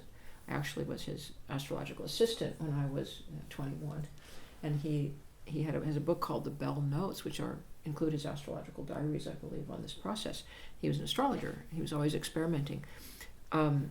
But he wrote a book called The Geometry of Meaning that goes into the motion of a body, physical matter in motion, always has 12 steps, like a pendulum has 12 steps. And so if you think of a pendulum, it starts swinging in Aries, and it's the same curve wave, but it goes over here. We can do it this way instead. So it goes all the way over to Libra, and so he says it gathers. So it starts accelerate. So it starts and it gathers mass in Taurus, gathers mass. Forgot what Gemini was, but in Cancer, which Cancer always works through feeling, it accelerates, and he says acceleration. Wave you amplitude. feel, Mm-hmm. and so I forgot the others, but it gets to Libra where it pauses Mm-hmm. and looks back, and the scales. And then it goes around. So anyway, so he couldn't figure out what Capricorn would be. And he realized Capricorn was the person holding the pendulum, the controller. Mm-hmm. Very interesting, the laws. So that book is one of the most amazing books on how astrology works. The astrology, put out by Robert Briggs and Associates, a great publisher, another friend of mine. He just died, and one of my books, my new book, I dedicated to him. But he was the publisher for The Geometry of Meaning by Arthur M. Young, which I'd read if you're interested in any of Santos's work, because it has a lot to do with Same stuff. this, but it explains it through physics, and it's like oh my God, it's for quite the intellectual. But I'm realizing that everything in us, we have several cycles that have been imprinted, like this, things are spinning around on cycles constantly, and everything is on a curve wave, or like that chart you made that goes like that. Yes. And then you could divide that into 360 little days. That's by a right. curve wave. Well, every one of us has, each planetary cycle is like permanently, that little light pulse and vibration of that curve wave is somehow embedded in us. Mm-hmm. And so we have all this, we got like this swirling constant motion, but stuck in a sense, permanently imprinted at these little points on the dial. And then the transits come along and activate them. It's just fascinating. Yeah, it's fascinating. But we have it all in us. Mm-hmm. We have it all in us. And I realize that the very, for spiritual advancement, it's good to have all the signs in you. Yeah. To if you figure out your weakness and do it. Yes. Yeah. Well, this is what I do with charts as well. If their Mars is sort of debilitated in Libra and retrograding, well, I'll say to them, well, look, the resonance of Mars, that archetype in you, will be debilitated in pretty much every field, mentally, emotionally, spiritually, physically. So how do you lift Mars out of that well and set him in a kind of a direct motion and fix those problems that are coming from that weakness in your magnetic constitution? Right, like you're missing it. One of the remedies that they give in the East is chanting, crystals. So you can wear your crystals. This one here will be correcting certain things that I need. Is that a green one? Yes, it is. That's for the Mercury. Yep. Yeah. Speaking. Another way is chanting. So I use the Sanskrit chants because they're very powerful. So if they've got a weak Mars, Om Mangalaya Namahe. Sun, Om Suryaya Namahe. Now, to the extent that you put will and intent and belief in that singing, which is sound, will actually auto-correct all of your Mars energy right down to the codons and to the DNA. The more you have understanding how that singing voice is healing, the more you'll be able to correct all the weaknesses of your chart. And Do that's you Do you give clients chance, individual chance? sometimes? Individual chance. Yeah. Yes. My apprentice does that too. I find that fascinating. Works. I haven't done that yet. Yeah, because it corrects. What happens is your voice is heard by every cell in your body. And that specific word, mangalaye, that is tuned to an action frequency. And your cells will hear that, and they will all harmoniously become coherent in that energy, because they're incoherent. See, all the atoms jump around. The North Pole and the South Pole, one atom's like this, the next one's over here, they're all incoherent, It's like that- white light. It's that pole that's attuning, I think, to the cycle that's imprinting in you, that wobble. Yeah, so when you're chanting, you're getting white light, which is incoherent, and you're making like a laser blue, you're honing in on the blue, which is the Mars frequency, and that's what laser light is. It's coherent light. In other words, all of those atoms in that light beam, they are all oriented the same way. There's no incoherency. They're not, it's like a fascia. So what we're doing is, Mars is weak, or let's say Do Saturn, them all. because that's my favourite one. Oh. So I'll sit there often, Get ready, everybody. in nature, or when I'm Yeah. walking. Mari's heard me do these chants when we used to go walking up there in the redwoods at Jamie's place every day in the morning. So Om Shanicharaya Namahe, Om Shanicharaya Namahe. So you are actually now addressing Saturn's energy Yeah. and blessing that God, and that God will. Now, do you feel that the Sanskrit language has a peculiar, somehow they developed it to attune to these planets more than, say, English or Irish or I Slovakian? think they all are, Judith. They all are. All languages are angelic. There's no other way. Everything comes from top down, from cause to effect, and so the languages are already there. It's like a computer program. Yeah. It just fed into our DNA. We speak English, we speak Italian. All of the languages do this. You can do it in any language. The intent. It is, and knowing the monosyllables. So for Mars, the main letter is M. So love that letter. The letters are God's. Just study Kabbalah, where the Jews will tell you. They will tell you that God made the world with letters. If you put a sundial in the ground and you intertwine two serpents like a caduceus, when the sun rises to when it sets, there will be 22 distinct shadows on the ground as the sun filters through those intertwined serpents on the sundial, and they will be all the letters from Aleph to Tav. Really? It's science. That's It's amazing. toroidal science. Those shapes in nature. Yeah. Can you please continue with your beautiful wisdom? I'm just going to go to the bathroom now. I've been drinking tea. Thank you. So if you want, you don't have to. We have part two? Yeah, All part right. two. Well, Santos wanted me to tell the story of why I'm wearing green, which is that I noticed that it was completely impromptu, was not planned, but I did a little chart on the time that Santos asked me to arrive. And those are called horary charts or event charts. And it's not a horary, it's an event chart. And I noticed that about the time we were going to begin talking, Jupiter would be exactly rising in Sagittarius. Jupiter rules teaching, Sagittarius rules teaching. And because I'm coming to Santos and he proposed the event, he would be the Jupiter in Sag rising, see? So then I look over to the 7th house, which would show the person he's speaking with, and it would have been ruled by Mercury conjunct Venus in Libra. So that would represent me for the day. So I thought, well, I was going to wear this really bright rust-colored shirt because it was one of my best colors, sort of not quite that color, but, and I thought, well, no, he's so Aries, and that's that intense red color. I thought, we'll butt heads if I wear that shirt, but I love the shirt. I just bought it, spent a lot of money. I put it on. No, it just isn't working. I thought, Libra on the color wheel. We have an artist color wheel. Libra's green. Green balances Aries.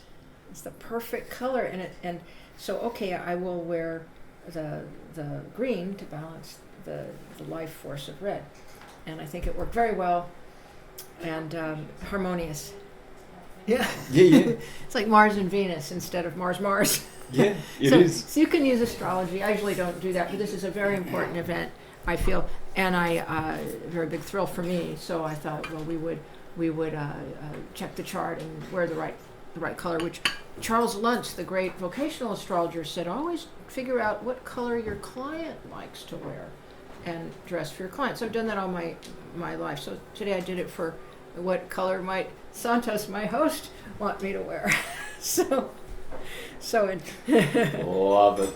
so Love it. that's the story of that.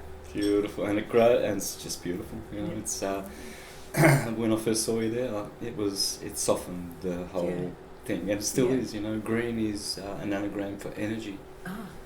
Yeah. Well, I always find, this is a thing I can share with people wanting to be an astrologer, I always find a green tablecloth is the color the clients respond to the best, they're the happiest with.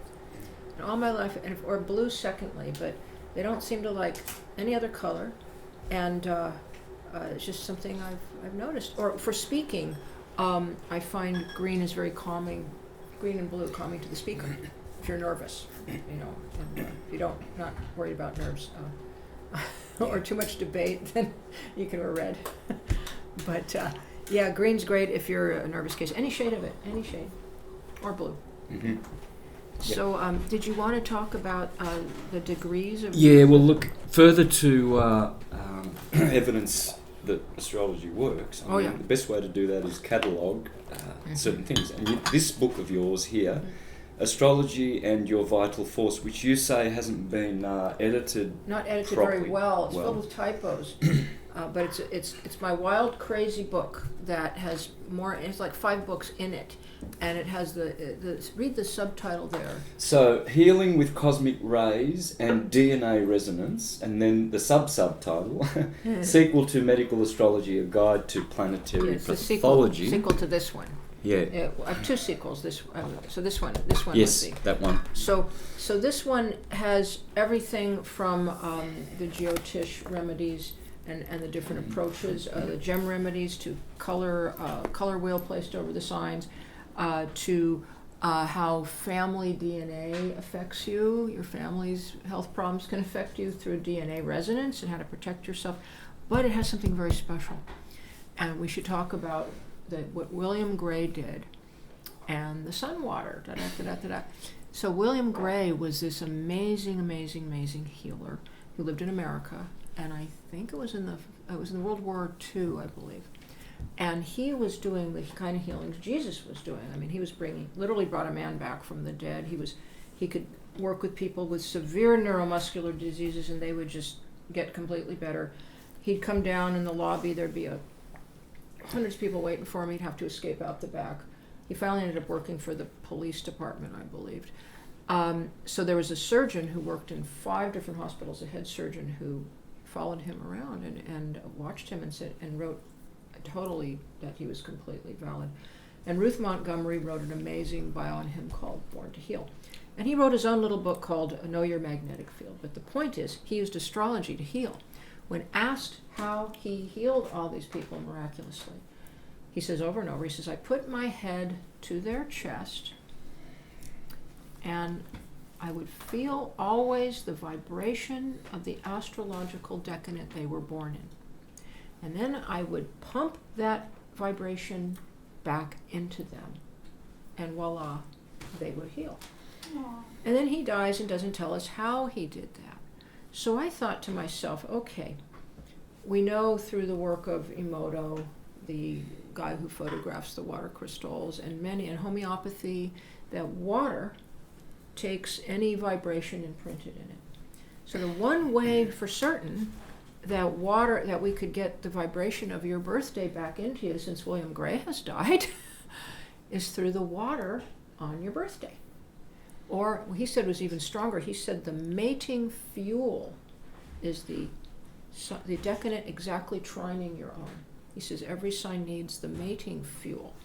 And if you get the day trining your own, even better. So I started to experiment with this, and 3 times I looked back in my life where I'd had a miraculous healing. Like one time I'd sprained both knees and they would not heal.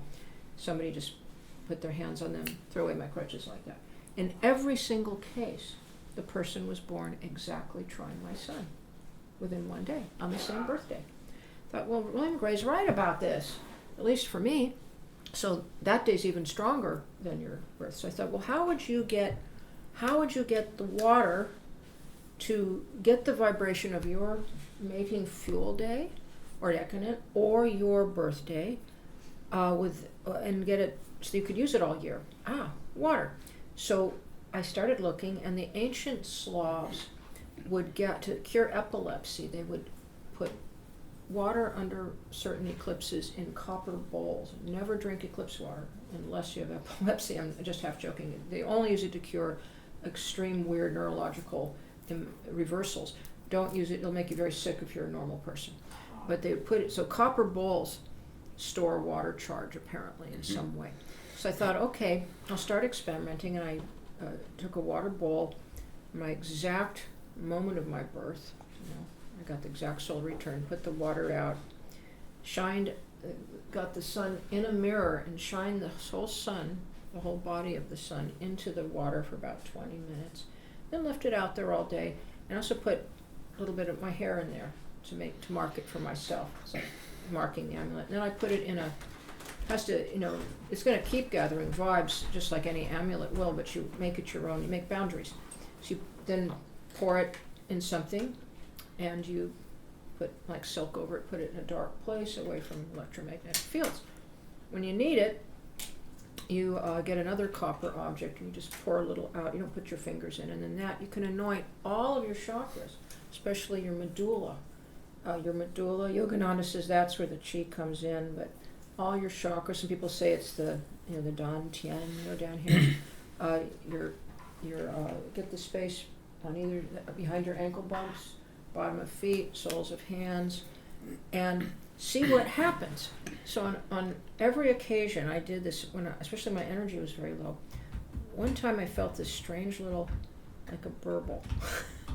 And then my energy just went back up like I was normal, and I'd been very, very low energy. And then I did it a few times, and almost every one of my serious health problems over a period of a month would vanish that I'd had for months and months and months. So this is just my experience. But otherwise you wouldn't necessarily feel anything right away. So the best time to use it is, when the sun is exactly quincunxing your sun every year, or opposing your sun. That's where your energy takes a dive. So this is refilling your vital force. So it's based on what William Gray said he did to heal people.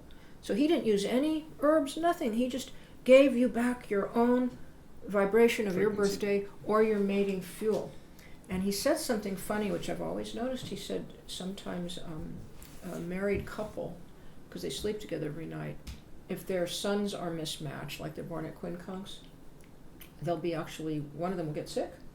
Their vital force is being damaged over time. So he was very into marrying people who had a harmonious sun with your own. Which would be trines? Trines were the best. Trines. And sextile. Strongest. The same sign is just, it can cancel itself out. Yep. Or it can be but opposite signs aren't necessarily bad. It depends if they have support or not from other planets. That's right. It can be bad or good. Yep. Square has somewhat friction. The worst is the exact quincunx, 150 degrees.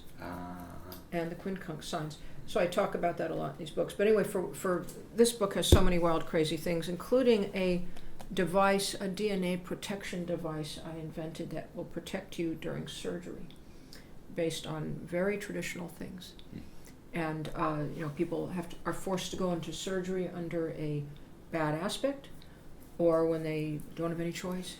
You can, and there's bacteria all around and all that, you can protect your DNA. Just like how radionics works, by putting yourself in the DNA protection device, which is simple to make. So anyway, that's the story of William Gray, and my coming up with this idea of how to get your charge back into you. There is another way. If you're very healthy and you have a beautiful singing voice like Santos, sing into a tape recorder and just play your own vibration back to yourself. But do it on your birthday or your trine day and store it. And then play it back to yourself. And I discovered this because I'm a vocalist and I play other instruments, but every time I tend to have little dives of energy, especially when I see too many clients, and I put on my own voice singing with the band, and my energy will come back to me. And after a while, this dawned on me. It's working similar to William Gray. So the point is, you need your own vibration back to you. That's only found on your decadent, and then your day of your birth. Oh boy, those birds Those are... finches. Yeah. I hope he didn't hurt himself. And then the Yeah, thank you. but even more important, the trine day. The only time that wouldn't work, thank you, is if any of these days you have the planet Saturn or the South Node on those spots. Like if your exact sun trine to your sun is your Saturn sitting there, don't use that one. Use the other trine. You want a benefic? Yeah, a benefic or North Node would be good. I don't think Mars would be bad. It would up the energy. Yeah. But Saturn tends to cancel things, and South Node tends to be where energy goes out, or unlucky. But it's like They are very similar in Vedic, in Jyotish. See, I've just come out of my K2 Mahadasha. It was 7 years. It's called the 7-year curse, and it finished 3 days ago on the 28th of September. It's now the 1st of October, right? So, lucky you. Yeah, the month, the 28th of September 2012, to the very month, right to the week, I got a phone call from my landlord, Kirk. And he says, Santos, I was there for 12 years, beautiful. My mother was over the road in a cul-de-sac. My brother was next door. It was like all the family would come there. And all of a sudden, I had to move. He said, you've got a month. My mother needs the house. And ever since then, I've moved like about 12 times. Here I am now in Oregon. Wow. I've had bad luck. I've been in jail twice from my work, doing work twice. Yeah, I spent nearly 50 days, all up in a couple of jail sentences. I've had teeth problems. I've had I've been itching for the better part of all of that 7 years. Really, really. Wow. Drastic itching, and I couldn't sleep, for 10 years. Like your body itching? Yeah. And it was like a Morgellons, Lyme's, lupus sort of a thing that everybody's, fibromyalgia, all of these weird things. It was like a mixture of all of that. I knocked it off with a animal deworming protocol, which, excuse me, I've gone into. I've shared that with people. I won't do it now because I want to hear you speak a bit more. Yeah. But that now, K2 handed over the baton to Venus. I've got 20 years of Venus. Nice. And that's a benefic, right? And what they say is... if it's good in your chart. Yeah. What they say is if you think Saturn is bad, when Saturn rules your life, just wait till K2 comes along. I know, that's the K2 worst. is something else. That's the worst one. It's a headless. It's the tail of the dragon. And I look back and I see all my headless activity. I didn't have to go to jail. I picked the fight. I didn't have to have breakups in my relationships. I was pushing them away and sabotaging everything. I sabotaged syncretism even. I would do things that make syncretism look bad. I forgot the one on the nodes, the notebook. Oh, yeah. That so I think I've seen this. Have I seen this one? I don't know. I didn't bring it out today. That one has everything on the nodes. Transits to the nodes, transits from the nodes in each sign, the nodes east and west, 60-page beginning on the difference east and west between India and America. I mean, and the interesting thing, they have the same action in both, but they consider the South Node good because benefic because it teaches you that all things must pass. I know. Because they love that, and the North Node's evil because it attaches you to the Earth plane because you get successful. Yes. And in the West, we look Opposite. just the exact opposite. The South Node is to be feared, and it brings Trouble. loss and sorrow and death, and so of course it's bad. And the North Node, which tends to be lucky and seen as that in the West, you get contacts, you get good things. Like I've got a lot of North Node contacts right now, and I'm meeting with Santos, who is just this is like to me meeting God as I keep seizing him. She's talking. This is Judith Hill, Wow, man. Well, you have a pretty amazing reputation. So you see my lawyer. He's like, you got to see this guy. Who? So my your lawyer? My ex-lawyer was just so into you. He's a crazy Sagittarian, and he was just sun conjunct Neptune, square moon in Pisces, and he was just so into your work. He just wanted to sit up at night. He'd sit up at night with his beers, getting drunk, watching Santos Bernacchi. And he wanted me to come over and sit with him and watch you for hours. When I did one night. That's how I got introduced. That to me is a blessing. Yeah. That I got your attention. This poor lawyer, and he was under such stress at that time in his life. But so I've got a lot of North Node stuff. So this is considered good, but the Hindus would say, "Oh, be careful, attachment to the earth plane. You do not want to get attached to the earth plane," and so they see it as bad. So the interpretations spin off like that, when really the action is the same, and it's so simple. The celestial energies come in at the North Node, and they go out at the South Node. Dragon's mouth, dragon's tail. I always say it's the great anus of the zodiac, and everybody cracks up. It is. And so when planets cross it, things go out. It has its good sides, though. It has its good sides. Like a lot of astrologers have it rising or on the midheaven. It's wonderful for spiritual careers, sacrifice giving. Oh, they say in India, if you're born with South Node rising, which I am, they said it makes a person sweet-natured, unmaterialistic, and easy to overlook, which happens to me all the time, by the way. I'm always the one that somehow, like I just spoke for OAA, and they never listed my bio. I'm the only one since 1989. Or like a big ad comes out for a big conference, I'll be the speaker that's not mentioned, because it makes you invisible. That was it. It makes you invisible and somewhat frail, especially as a child and introverted. That's all true. And then they say the North Node makes you very strong physically, and makes you eccentric,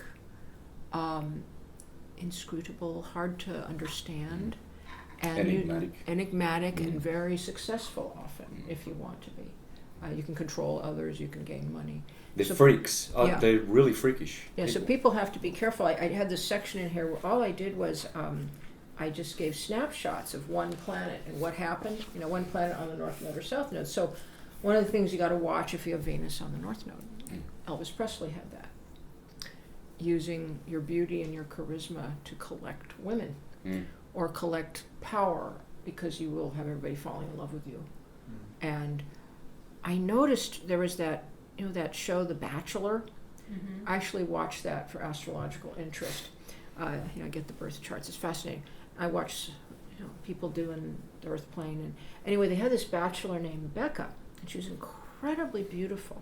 She managed to get every single man truly madly in love with her, like all 20 bachelors, by the end of the show. And I was like, I got to see this woman's chart. I get the chart out. Mars and Venus, right exactly on the North Node. So there's a warning there, not to misuse that, or you make karma. And then I've known all kinds of people with Venus on the South Node, and they're often very unlucky in love, and or they aren't beautiful or something, but they're here to give love without thought of profit. And another fun one, if Jupiter's on the South Node, you get to pay your karma through giving. You pay your it's a karmic debt payment points. You get to pay your karma through giving. Whereas if you have Saturn on the South Node, you'll always notice people have a big, huge lump sum karma to pay all at once. Very common. Like all at once, or they do all the bad things hit them at one time. Boom, and the house burns down. But there's another thing. I've seen 3 cases of people when Saturn comes to their South Node. So Saturn comes to the South Node can mean strengthen your weaknesses, become conscious of them. It can mean you get to pay off your debts. You get to clear the ledger, clear the karmic ledger.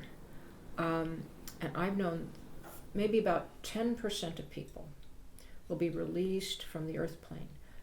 Like all of a sudden, I've seen people win the lottery, or their husband gives them a bunch of money and then divorces them, and they're so happy because they never have to work again because Saturn's work. But about 90% of the people usually have some calamity right then, or have to pay a big debt off. So I tell people, don't buy, build, or marry when the transit of Saturn's on the South Node. But it's great to buy, build, or marry. Anything you want to hold in time, Saturn's time. If you want something to hold in time in the earth plane, when Saturn comes to your North Node, it's good. But what's bad about it? I've seen people develop lupus, calcium spurs, cancer, because they're also building toxins somewhere. Yep. It's great if you need calcium, though, it'll build it. And it never fails that people start, when Saturn comes to their south node, or a bit more when south node crosses their Saturn, transit south, they'll start losing calcium and minerals. So always watch that if you have a client and the transit, I've got this all itemized in here, when the transit south node starts crossing your client's Saturn, especially an older person, they're going to start losing their teeth or their bones. You gotta, that's when you get the minerals coming back. If you want to build, but you'll build really strong strength and muscle on the opposite, both ways. So, it's very subtle differences. When the south node crosses Saturn, it's different than when Saturn crosses the south node. Can you sum that up just really succinctly? What's the main difference? Just real quick. When the south node crosses Saturn, so Saturn's in your natal chart. So the south node is the wave that's going out. So you're going to be releasing, dispensing, or dribbling out something that Saturn rules for you. And you'll know by what house it's in, what sign it rules, what house it rules, and also generically, like sometimes, the father dies or something, or the roof starts falling in. Now, when the Saturn crosses your south node, Saturn is just the opposite. It's a corrective. It's coming to the dribbling point. So it's a time you're either going to correct your weaknesses. Remember, that's the point of self-undoing the south node. So you become conscious, because it's unconscious. Become conscious. Saturn's very conscious. Conscious of your unconscious habits and weaknesses. It's your opportunity to correct them. And if you don't, I've seen this a million times, if you don't, you will fall into a bad road and you'll stay on it for many years. You have to really watch what you're doing with your life path right then, spiritually. Saturn transiting south node. Your own south node. K2 is deadly dangerous. And Saturn on top of K2, Yeah. I just looked at mine. My south node's in Capricorn. I've had the worst nails for about a year. I can't even play the guitar. Because the transit south node and Saturn are on it. Calcium. Yeah, you're having trouble with your minerals. Yeah, minerals. They're just going out of me. They're just fraying. I've always had really strong. I play with my nails, nylon string, and I need them.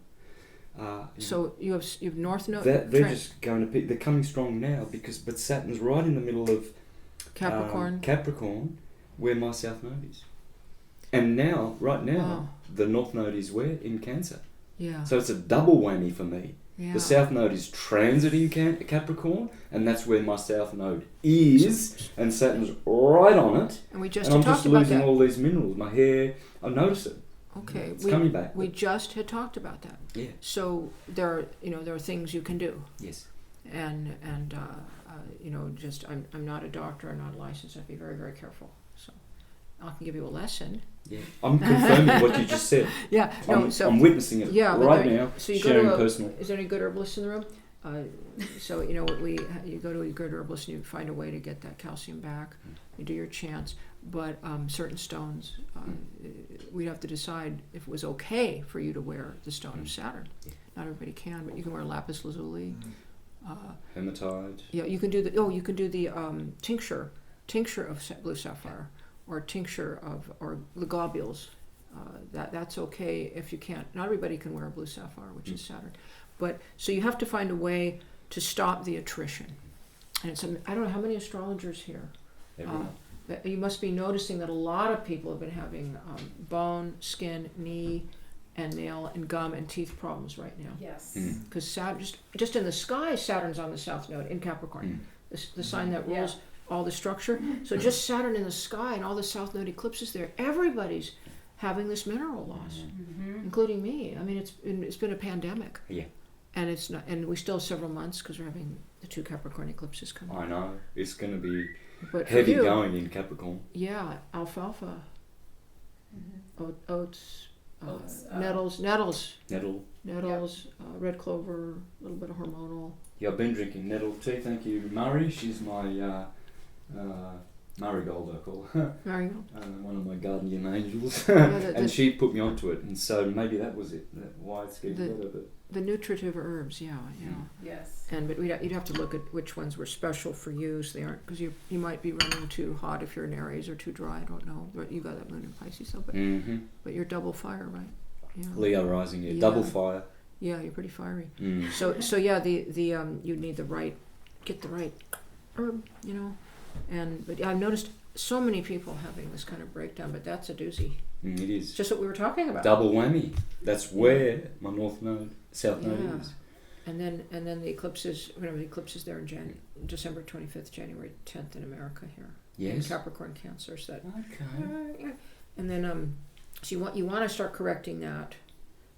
And then Mars is coming in late February and March into Capricorn, which could be good for correcting the weakness. Mars into Capricorn, It where can. he exalts. It can be helpful to get, you know. It will be one. I'm hopeful. It's very positive, Yeah. Mars in Capricorn. Yeah, it can antidote Mars or can irritate it. It depends on the situation. Depending on aspects. Yeah, that's an interesting one. Transits. Yeah, it's so simple. What I don't understand is, for years, this is another thing that happened with astrology, the South Node, which is the two nodes, they can eclipse any planet. So they were always considered stronger than any of the planets. Mm-hmm. And for years, you look at charts and there's only the North Node. And people only have one meaning for it, like in evolutionary astrology, like one meaning.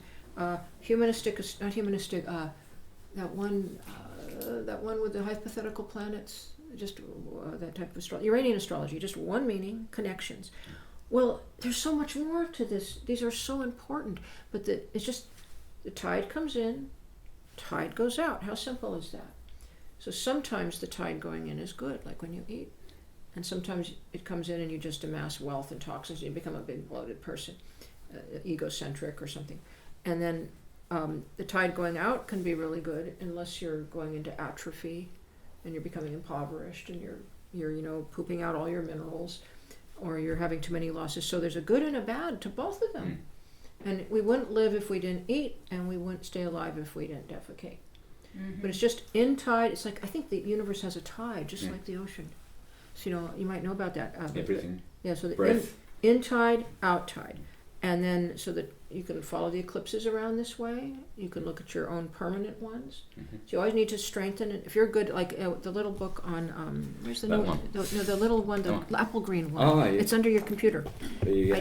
I just put out this year for healers, for the total beginner, medical astrology for health practitioners. This has a little section. Okay, your clients, if you have a healing practice, you just strengthen and tonify their natal south node. Period. Find the body part it's in. I've got a chart. The north node is usually a strong point, but you want to watch it for impactions and engorgement or toxins. It's usually not much of a problem. It can be though. And then you look at Saturn and Mars. Too hot, too cold. Very simple. And it gives a break to all the strange health idiosyncrasies of each sun sign and moon sign. Yeah. So that go into the client's needs, their emotional needs, or their moon sign. That could be. So how are the sun and moon different? So I'm talking too much. No. Please keep going. I just remember we have to touch on this book, Astroseismology, right? I've known for a while. Not in depth, but I've learnt this, that there are certain degrees along the ecliptic, like the 29th degree of Sagittarius, earthquakes. When a Mars or something is squaring or transiting that point, Slipping. Earthquakes will happen. I've seen it. Shame we haven't got time to just record all these things, catalogue them, and they're always there as proof to unbelievers, but when you witness these things and you've got a record of all how astrology, this book must be absolutely critical, because you can just learn what's in here and show people. Can you share a few examples, because they're astounding. This was a study we did over many years, me and Mark W. Pollitt, who's still my colleague today, and we actually worked with a secret person inside the GS. We did massive statistics, we replicated, we did all world earthquakes that were by region. That was our hypothesis, that regions would have their own astrological situation that would create the earthquakes in that region. So we did regions of 200 miles apart, magnitude 8s only. Then we replicated with all earthquakes in California in recorded history that were 6 and above. We did a giant California study. What we found, and Mark was helping me with all the scientific part, and I did the hypothesis, and we found that the same planets, it would vary per region, but the same 2, 3, or 4 planets would be in the same crosses over and over and over again for repeated earthquakes in the same locations. And here's an example. This is a cover, but this was the great Santa Barbara series. And we didn't leave any out. That's the important thing. These were complete sets of earthquakes in the last century that were were very scientific, certain magnitude and above. If you notice, out of 6 quakes, 4 of them are within a half a day of each other, as are most of their planets. I mean, this is unprecedented. And we also did a replication study. So we would take the same data and we would put it in a number scrambling machine. And then we'd find that, no, it does not make these amazing patterns. Here was how we predicted, we predicted the Loma Linda quake using another, but this was the San Francisco earthquake sequence. Now, all the large magnitude 6 and above earthquakes in the San Francisco Bay Area, in recorded history, going back, all that they have, going back to 1800. If you notice, you see these 3 divisions? These are the fixed cross. Mm-hmm. And we find Mars, for San Francisco, Mars, Venus, and Saturn are always in the fixed cross, with very few exceptions. Are you talking about fixed signs and a T-square? Is that a T-square? Well, they can, they're just in each event. We have the events here. The Venus, Mars, or Saturn will be in one of these fixed signs. In the fixed signs. We only had a few outliers. So when we would do this is random. This is what the random chart looks like. They're just scrambled all over. I mean, yes. Clearly you have, this is some of the first, it's not the only visual evidence, because there was Lily Kalisko's photographs of metal salt solutions, etc. But it's some of the only, I think, 2 studies that show physical evidence of astrology at work really strongly. And so the only place to get this book is through my website, because it's not in one of these copies yet. If I get enough interest, I might put it on an ebook. But then we did some really remarkable, it just kept happening over and over. This one was fun. The Parkfield earthquake sequence in California. We have 6 events, recorded history since 1857, that were magnitude 6 and above. Out of 4 of these events have Mercury and Venus basically in the same place. The rest all have Jupiter and Saturn in the cardinal cross. So see how that looks? It's amazing.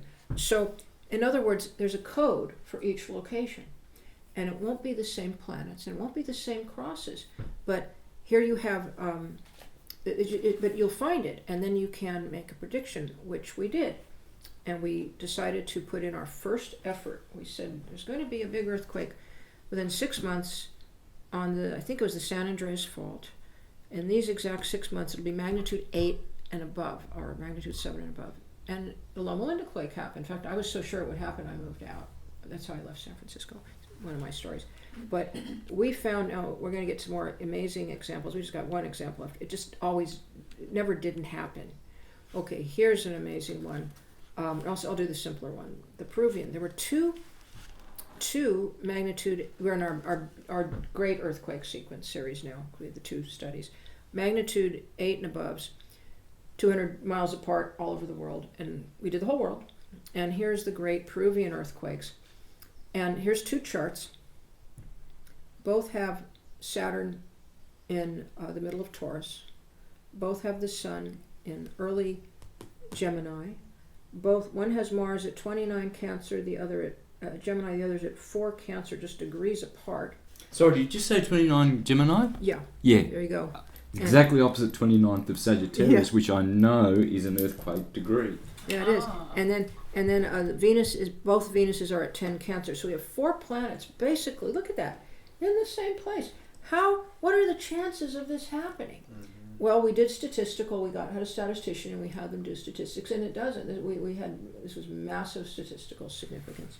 And then we had the one I just loved. That we had 3 charts doing it. The Kamchatka. There were 3 huge earthquakes in Kamchatka that were recorded last century, all magnitude 8 and above, within 200 miles. And it's just amazing. This one and this one, look at Sun, Saturn, Mars. Sun, Saturn, Mars, the exact same place.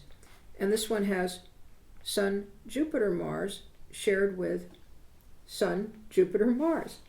And 2 of them have Saturn in the same exact degree of Libra, 20 Libra.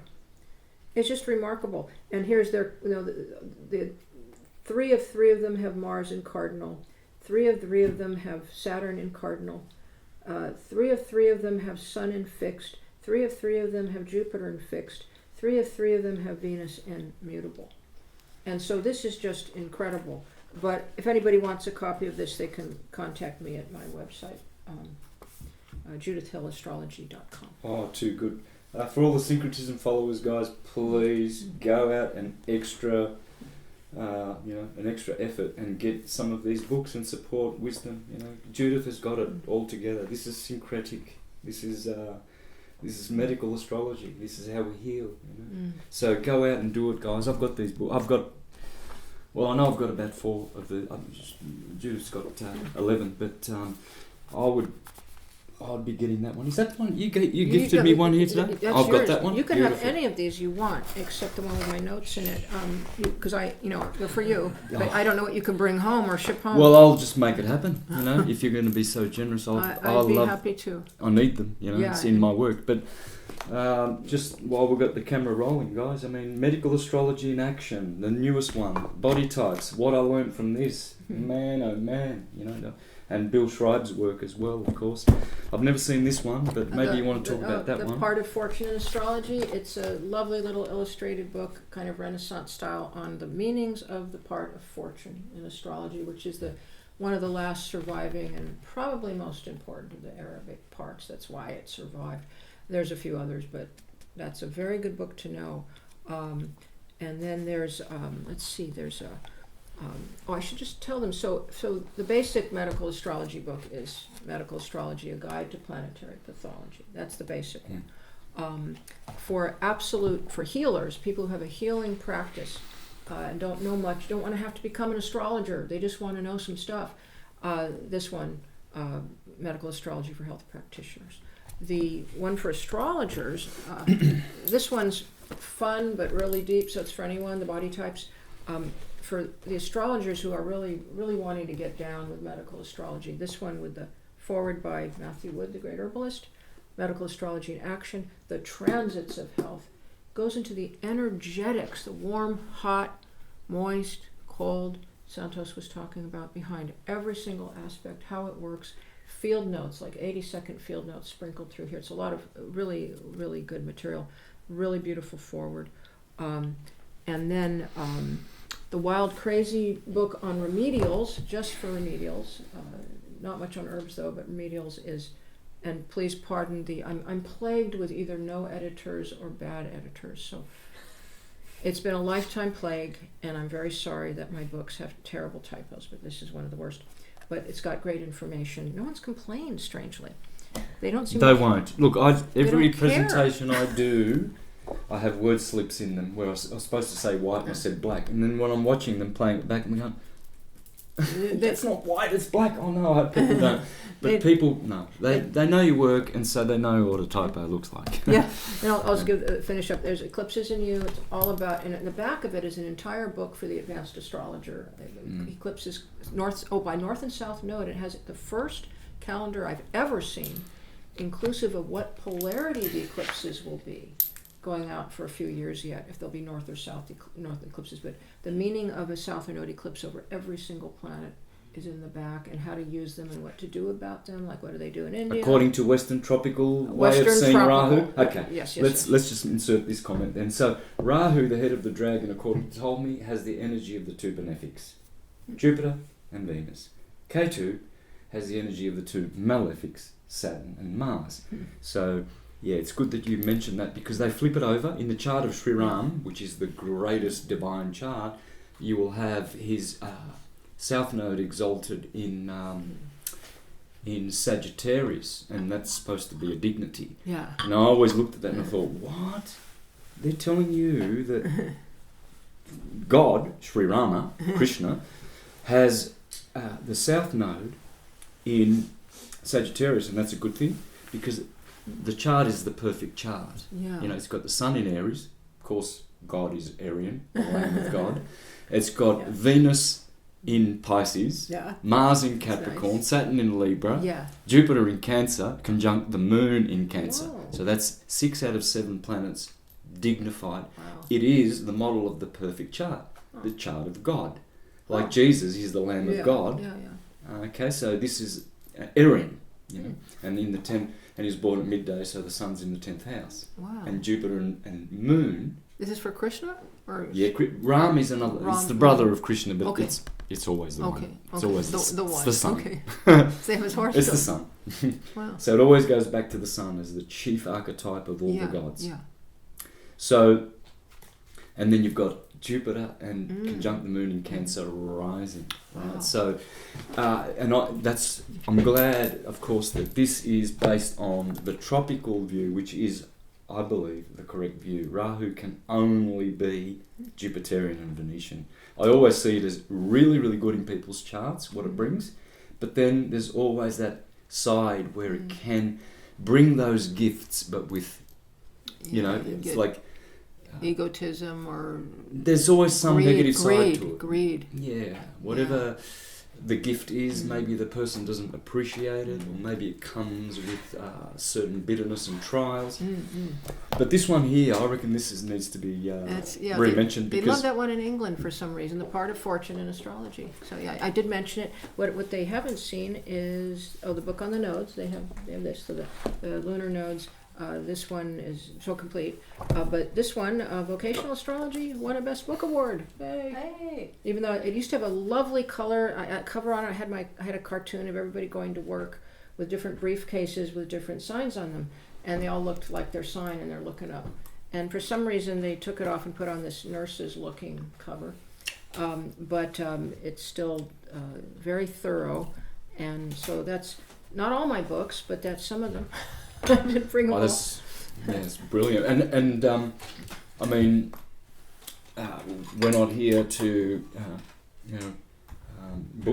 sell books. I mean, I didn't even know Judith was going to bring these, and she probably didn't know. I brought them for him. We're going to have cameras here, etc. But that's how I work. If I'm going to go out of my way to meet someone and they're special and they've got something to offer the world, I always ask for cameras to be around. So thanks, guys, that you had the cameras, and thanks for being willing to put your face on camera and share Thank you. this beautiful wisdom and your books. And I really, really hope that people will bless you with many sales and get all of these for their bookshelf. If you're going to be generous as to give them to me, Yes. I really will take them, and especially that one. A lot of people ask me, what should I be doing? What should I be doing?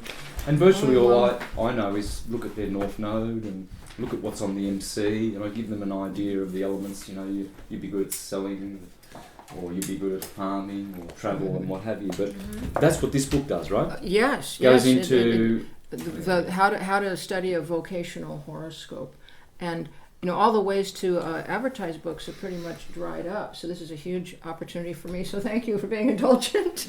Yeah, all the hard copies are just gone, and nobody reads book reviews, and it's like, well, some do, but yeah. So this is nice. Thank you. Yeah, great. Thank you. Yep. And I might even think of giving you this one, but it has all my personal corrections. No, that's fine.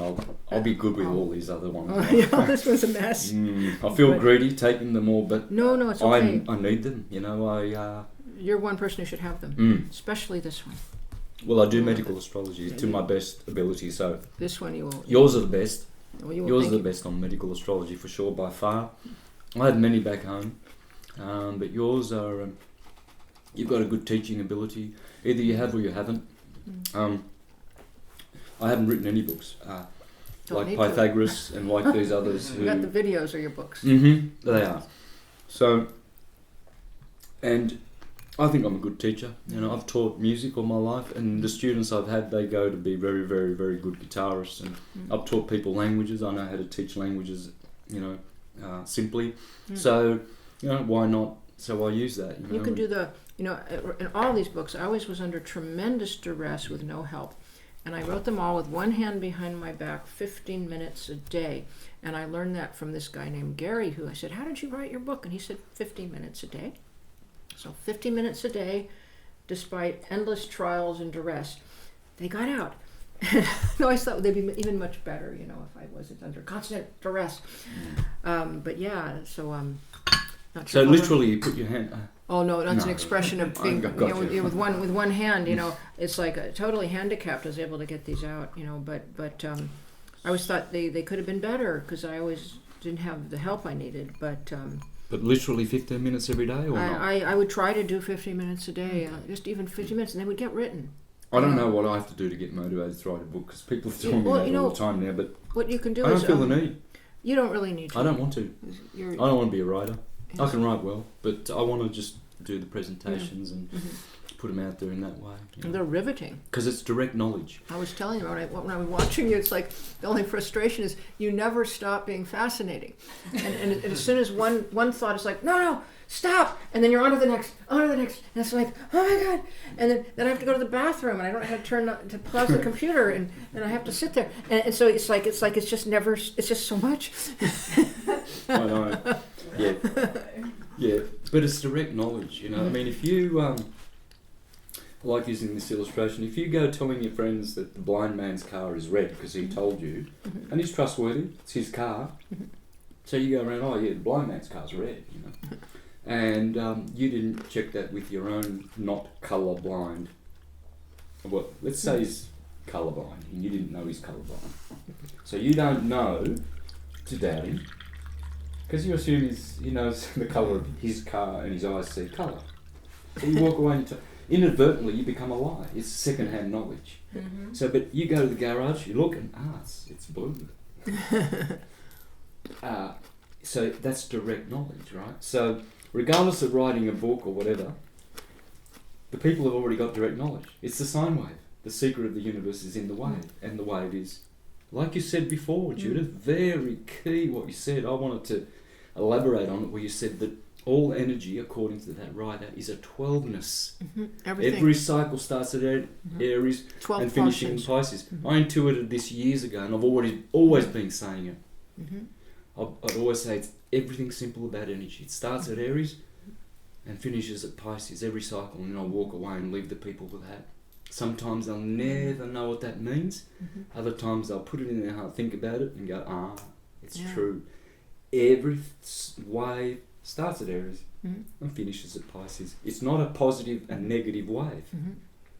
It's too simplistic. Plus and minus is too simplistic. In between plus and minus, there are 12 conditions. Every wave has 12 conditions. And that's what you will know when you study the torus and the sine wave of the ecliptic. The ecliptic is the teacher.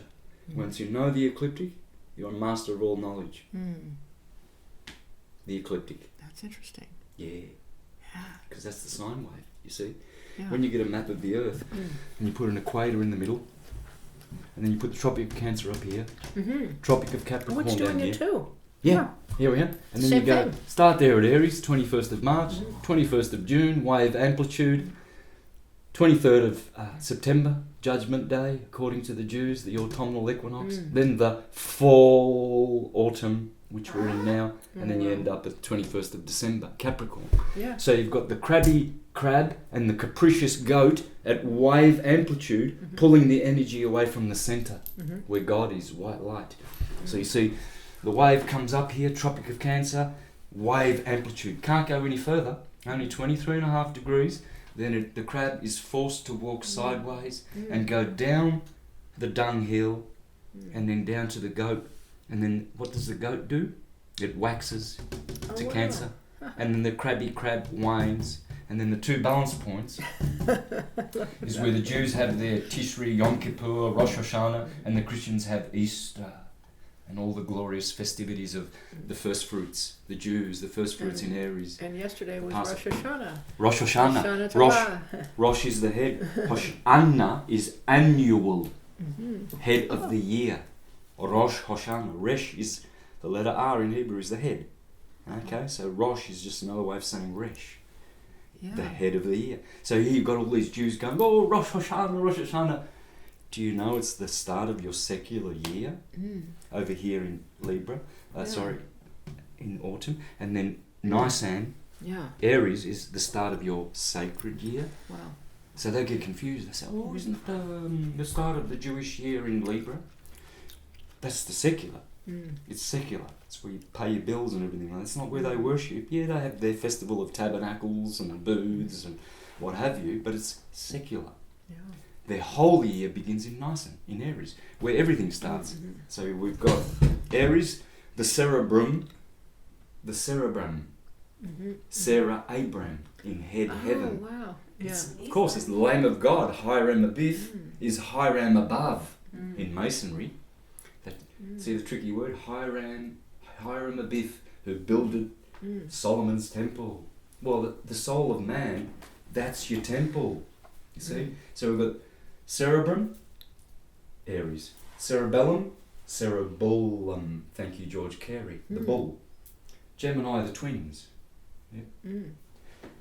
The twin lungs, bear. Cancer, the chest. Leo, the lion heart. Virgo, the pot belly, the bread basket where your bread goes. Libra, the kidneys. The reins of justice in the kidneys. Scorpio, the generative. Hips, hippo. Sagittarius, the big hipped Sagittarians walking like soldiers. Yeah? Capricorn, the kneecaps. Capricorn. Aquarius, 2 feet, 2 fish. In Italian, pesci, piedi. Feet, fish. So you see where the mutable signs turn up, the bicorporeal signs, you've got duality. The first one, twins, Gemini. The second one, Virgo, the belly, the 2 digestive systems. You know, the two pillars, you know, Boaz and Jachin, the ascending and descending column. That's Virgo. Then Sagittarius, 2 hips. Pisces, 2 feet. This is the temple of Solomon. It's astrological. Wow. So, sorry to talk all over your No, beautiful no. wisdom, sister. You No, know, this this is is your great. goddess Isis moment. So, you know, let's see, How what do we lucky, got? right on Rosh Hashanah. Yeah.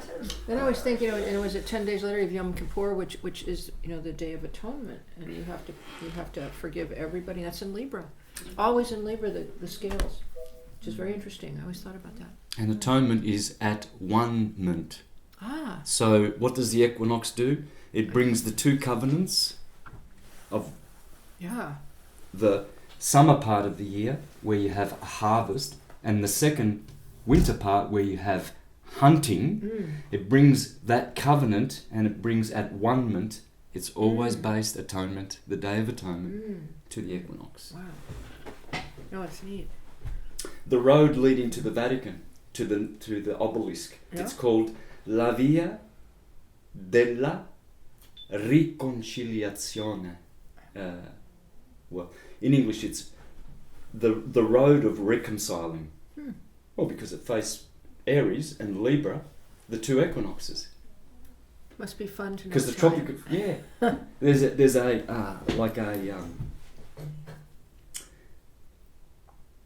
a union, you know, the Union Jack, the English, that's called the Labarum, the cross of Constantine. That's a special cross. So it's got a member like that, and then it's got 2 members like that. Well, that's the equinox, and those are the solstices. And the Vatican at St. Peter's Square, you have that grid. You had that road of reconciling going straight through the middle, and then you have 2 crosses like that for when the sun goes north to the Tropic of Cancer and south to the Tropic of Capricorn. And Aries, at Easter, they always celebrate Easter when the star is in the east, the sun rising straight down the middle of La Via della Riconciliazione. And who would know that? Oh, what a fancy name for a road. Well, it's telling you, it's the road of the equinox. And that light beam hits the solstice, the obelisk, which they took from Egypt, borrowed from Egypt, put it in St. Peter's Square, and they're telling you. Yeah, these little things survive in secret and language and fairy tales and little. It can't be destroyed. Yeah. Because it is in the DNA of creation, of all atoms. Yeah. So it'll never go away. They can persecute astrology forever, but we'll always bounce back. And we will win. Because we are the true God-fearing or God-loving, because we love nature and magnetism. We want to understand it. We want to devote our lives to it for healing. You know. So it is the way. It's not that we're you know, trying to be special here and exceptional and exclusive and Yeah. no. We just want to do what is right and live the natural way and not man's laws, you know, and be lost by them. You know. Apostle Peter said we must obey God as ruler rather than men. So all their maritime laws mean nothing, really. Anyway, so we'll let you close because we've been here for a few hours. Well, it's Judith. just this incredibly beautiful day, and I need to go on a walk. Yeah. Mhm. This was just so lovely, lovely. Maybe you can go on a walk with me. Yeah, why not? Be nice. It's so beautiful. And I'll Right before the winter descends upon us all. Yes. And it was lovely having you, our peanut gallery. Thanks for having us. Yeah. Grateful to be a peanut here. Yes. Well, you aren't peanuts. But well, you know Mari, she's your student, yeah, of course. yes. So she was happy to come today too. I've been hanging out with Mari for about a 6 weeks, Yeah, we about a have month now. Carl, there he comes. Carl, come say hello. He's about his business. Like they're always like moving like slow boats. I'll stop those when I feel like tomcats. it. Yeah. And thank you for the little lunch. That was lovely. Yeah, you're So- very welcome. Just Yeah. enough. Yes. Should we say goodbye to this camera here? Yeah, let's just what's over to you. Bye. Thank you. Thanks, people, and there'll be more coming. Hopefully, when I'm in Portland next, I'm Yeah. definitely going to try and do a Mark 2 of this, or even earlier, or whatever. But thanks for listening, and please send some energy over to our beautiful sister. There's lots of syncretic wisdom here, and the Lord knows we need it. So thank you. Thanks, Judith. Thank you out there in TV land. Rock and roll. There you go. Very cool. Thank you. Thank you.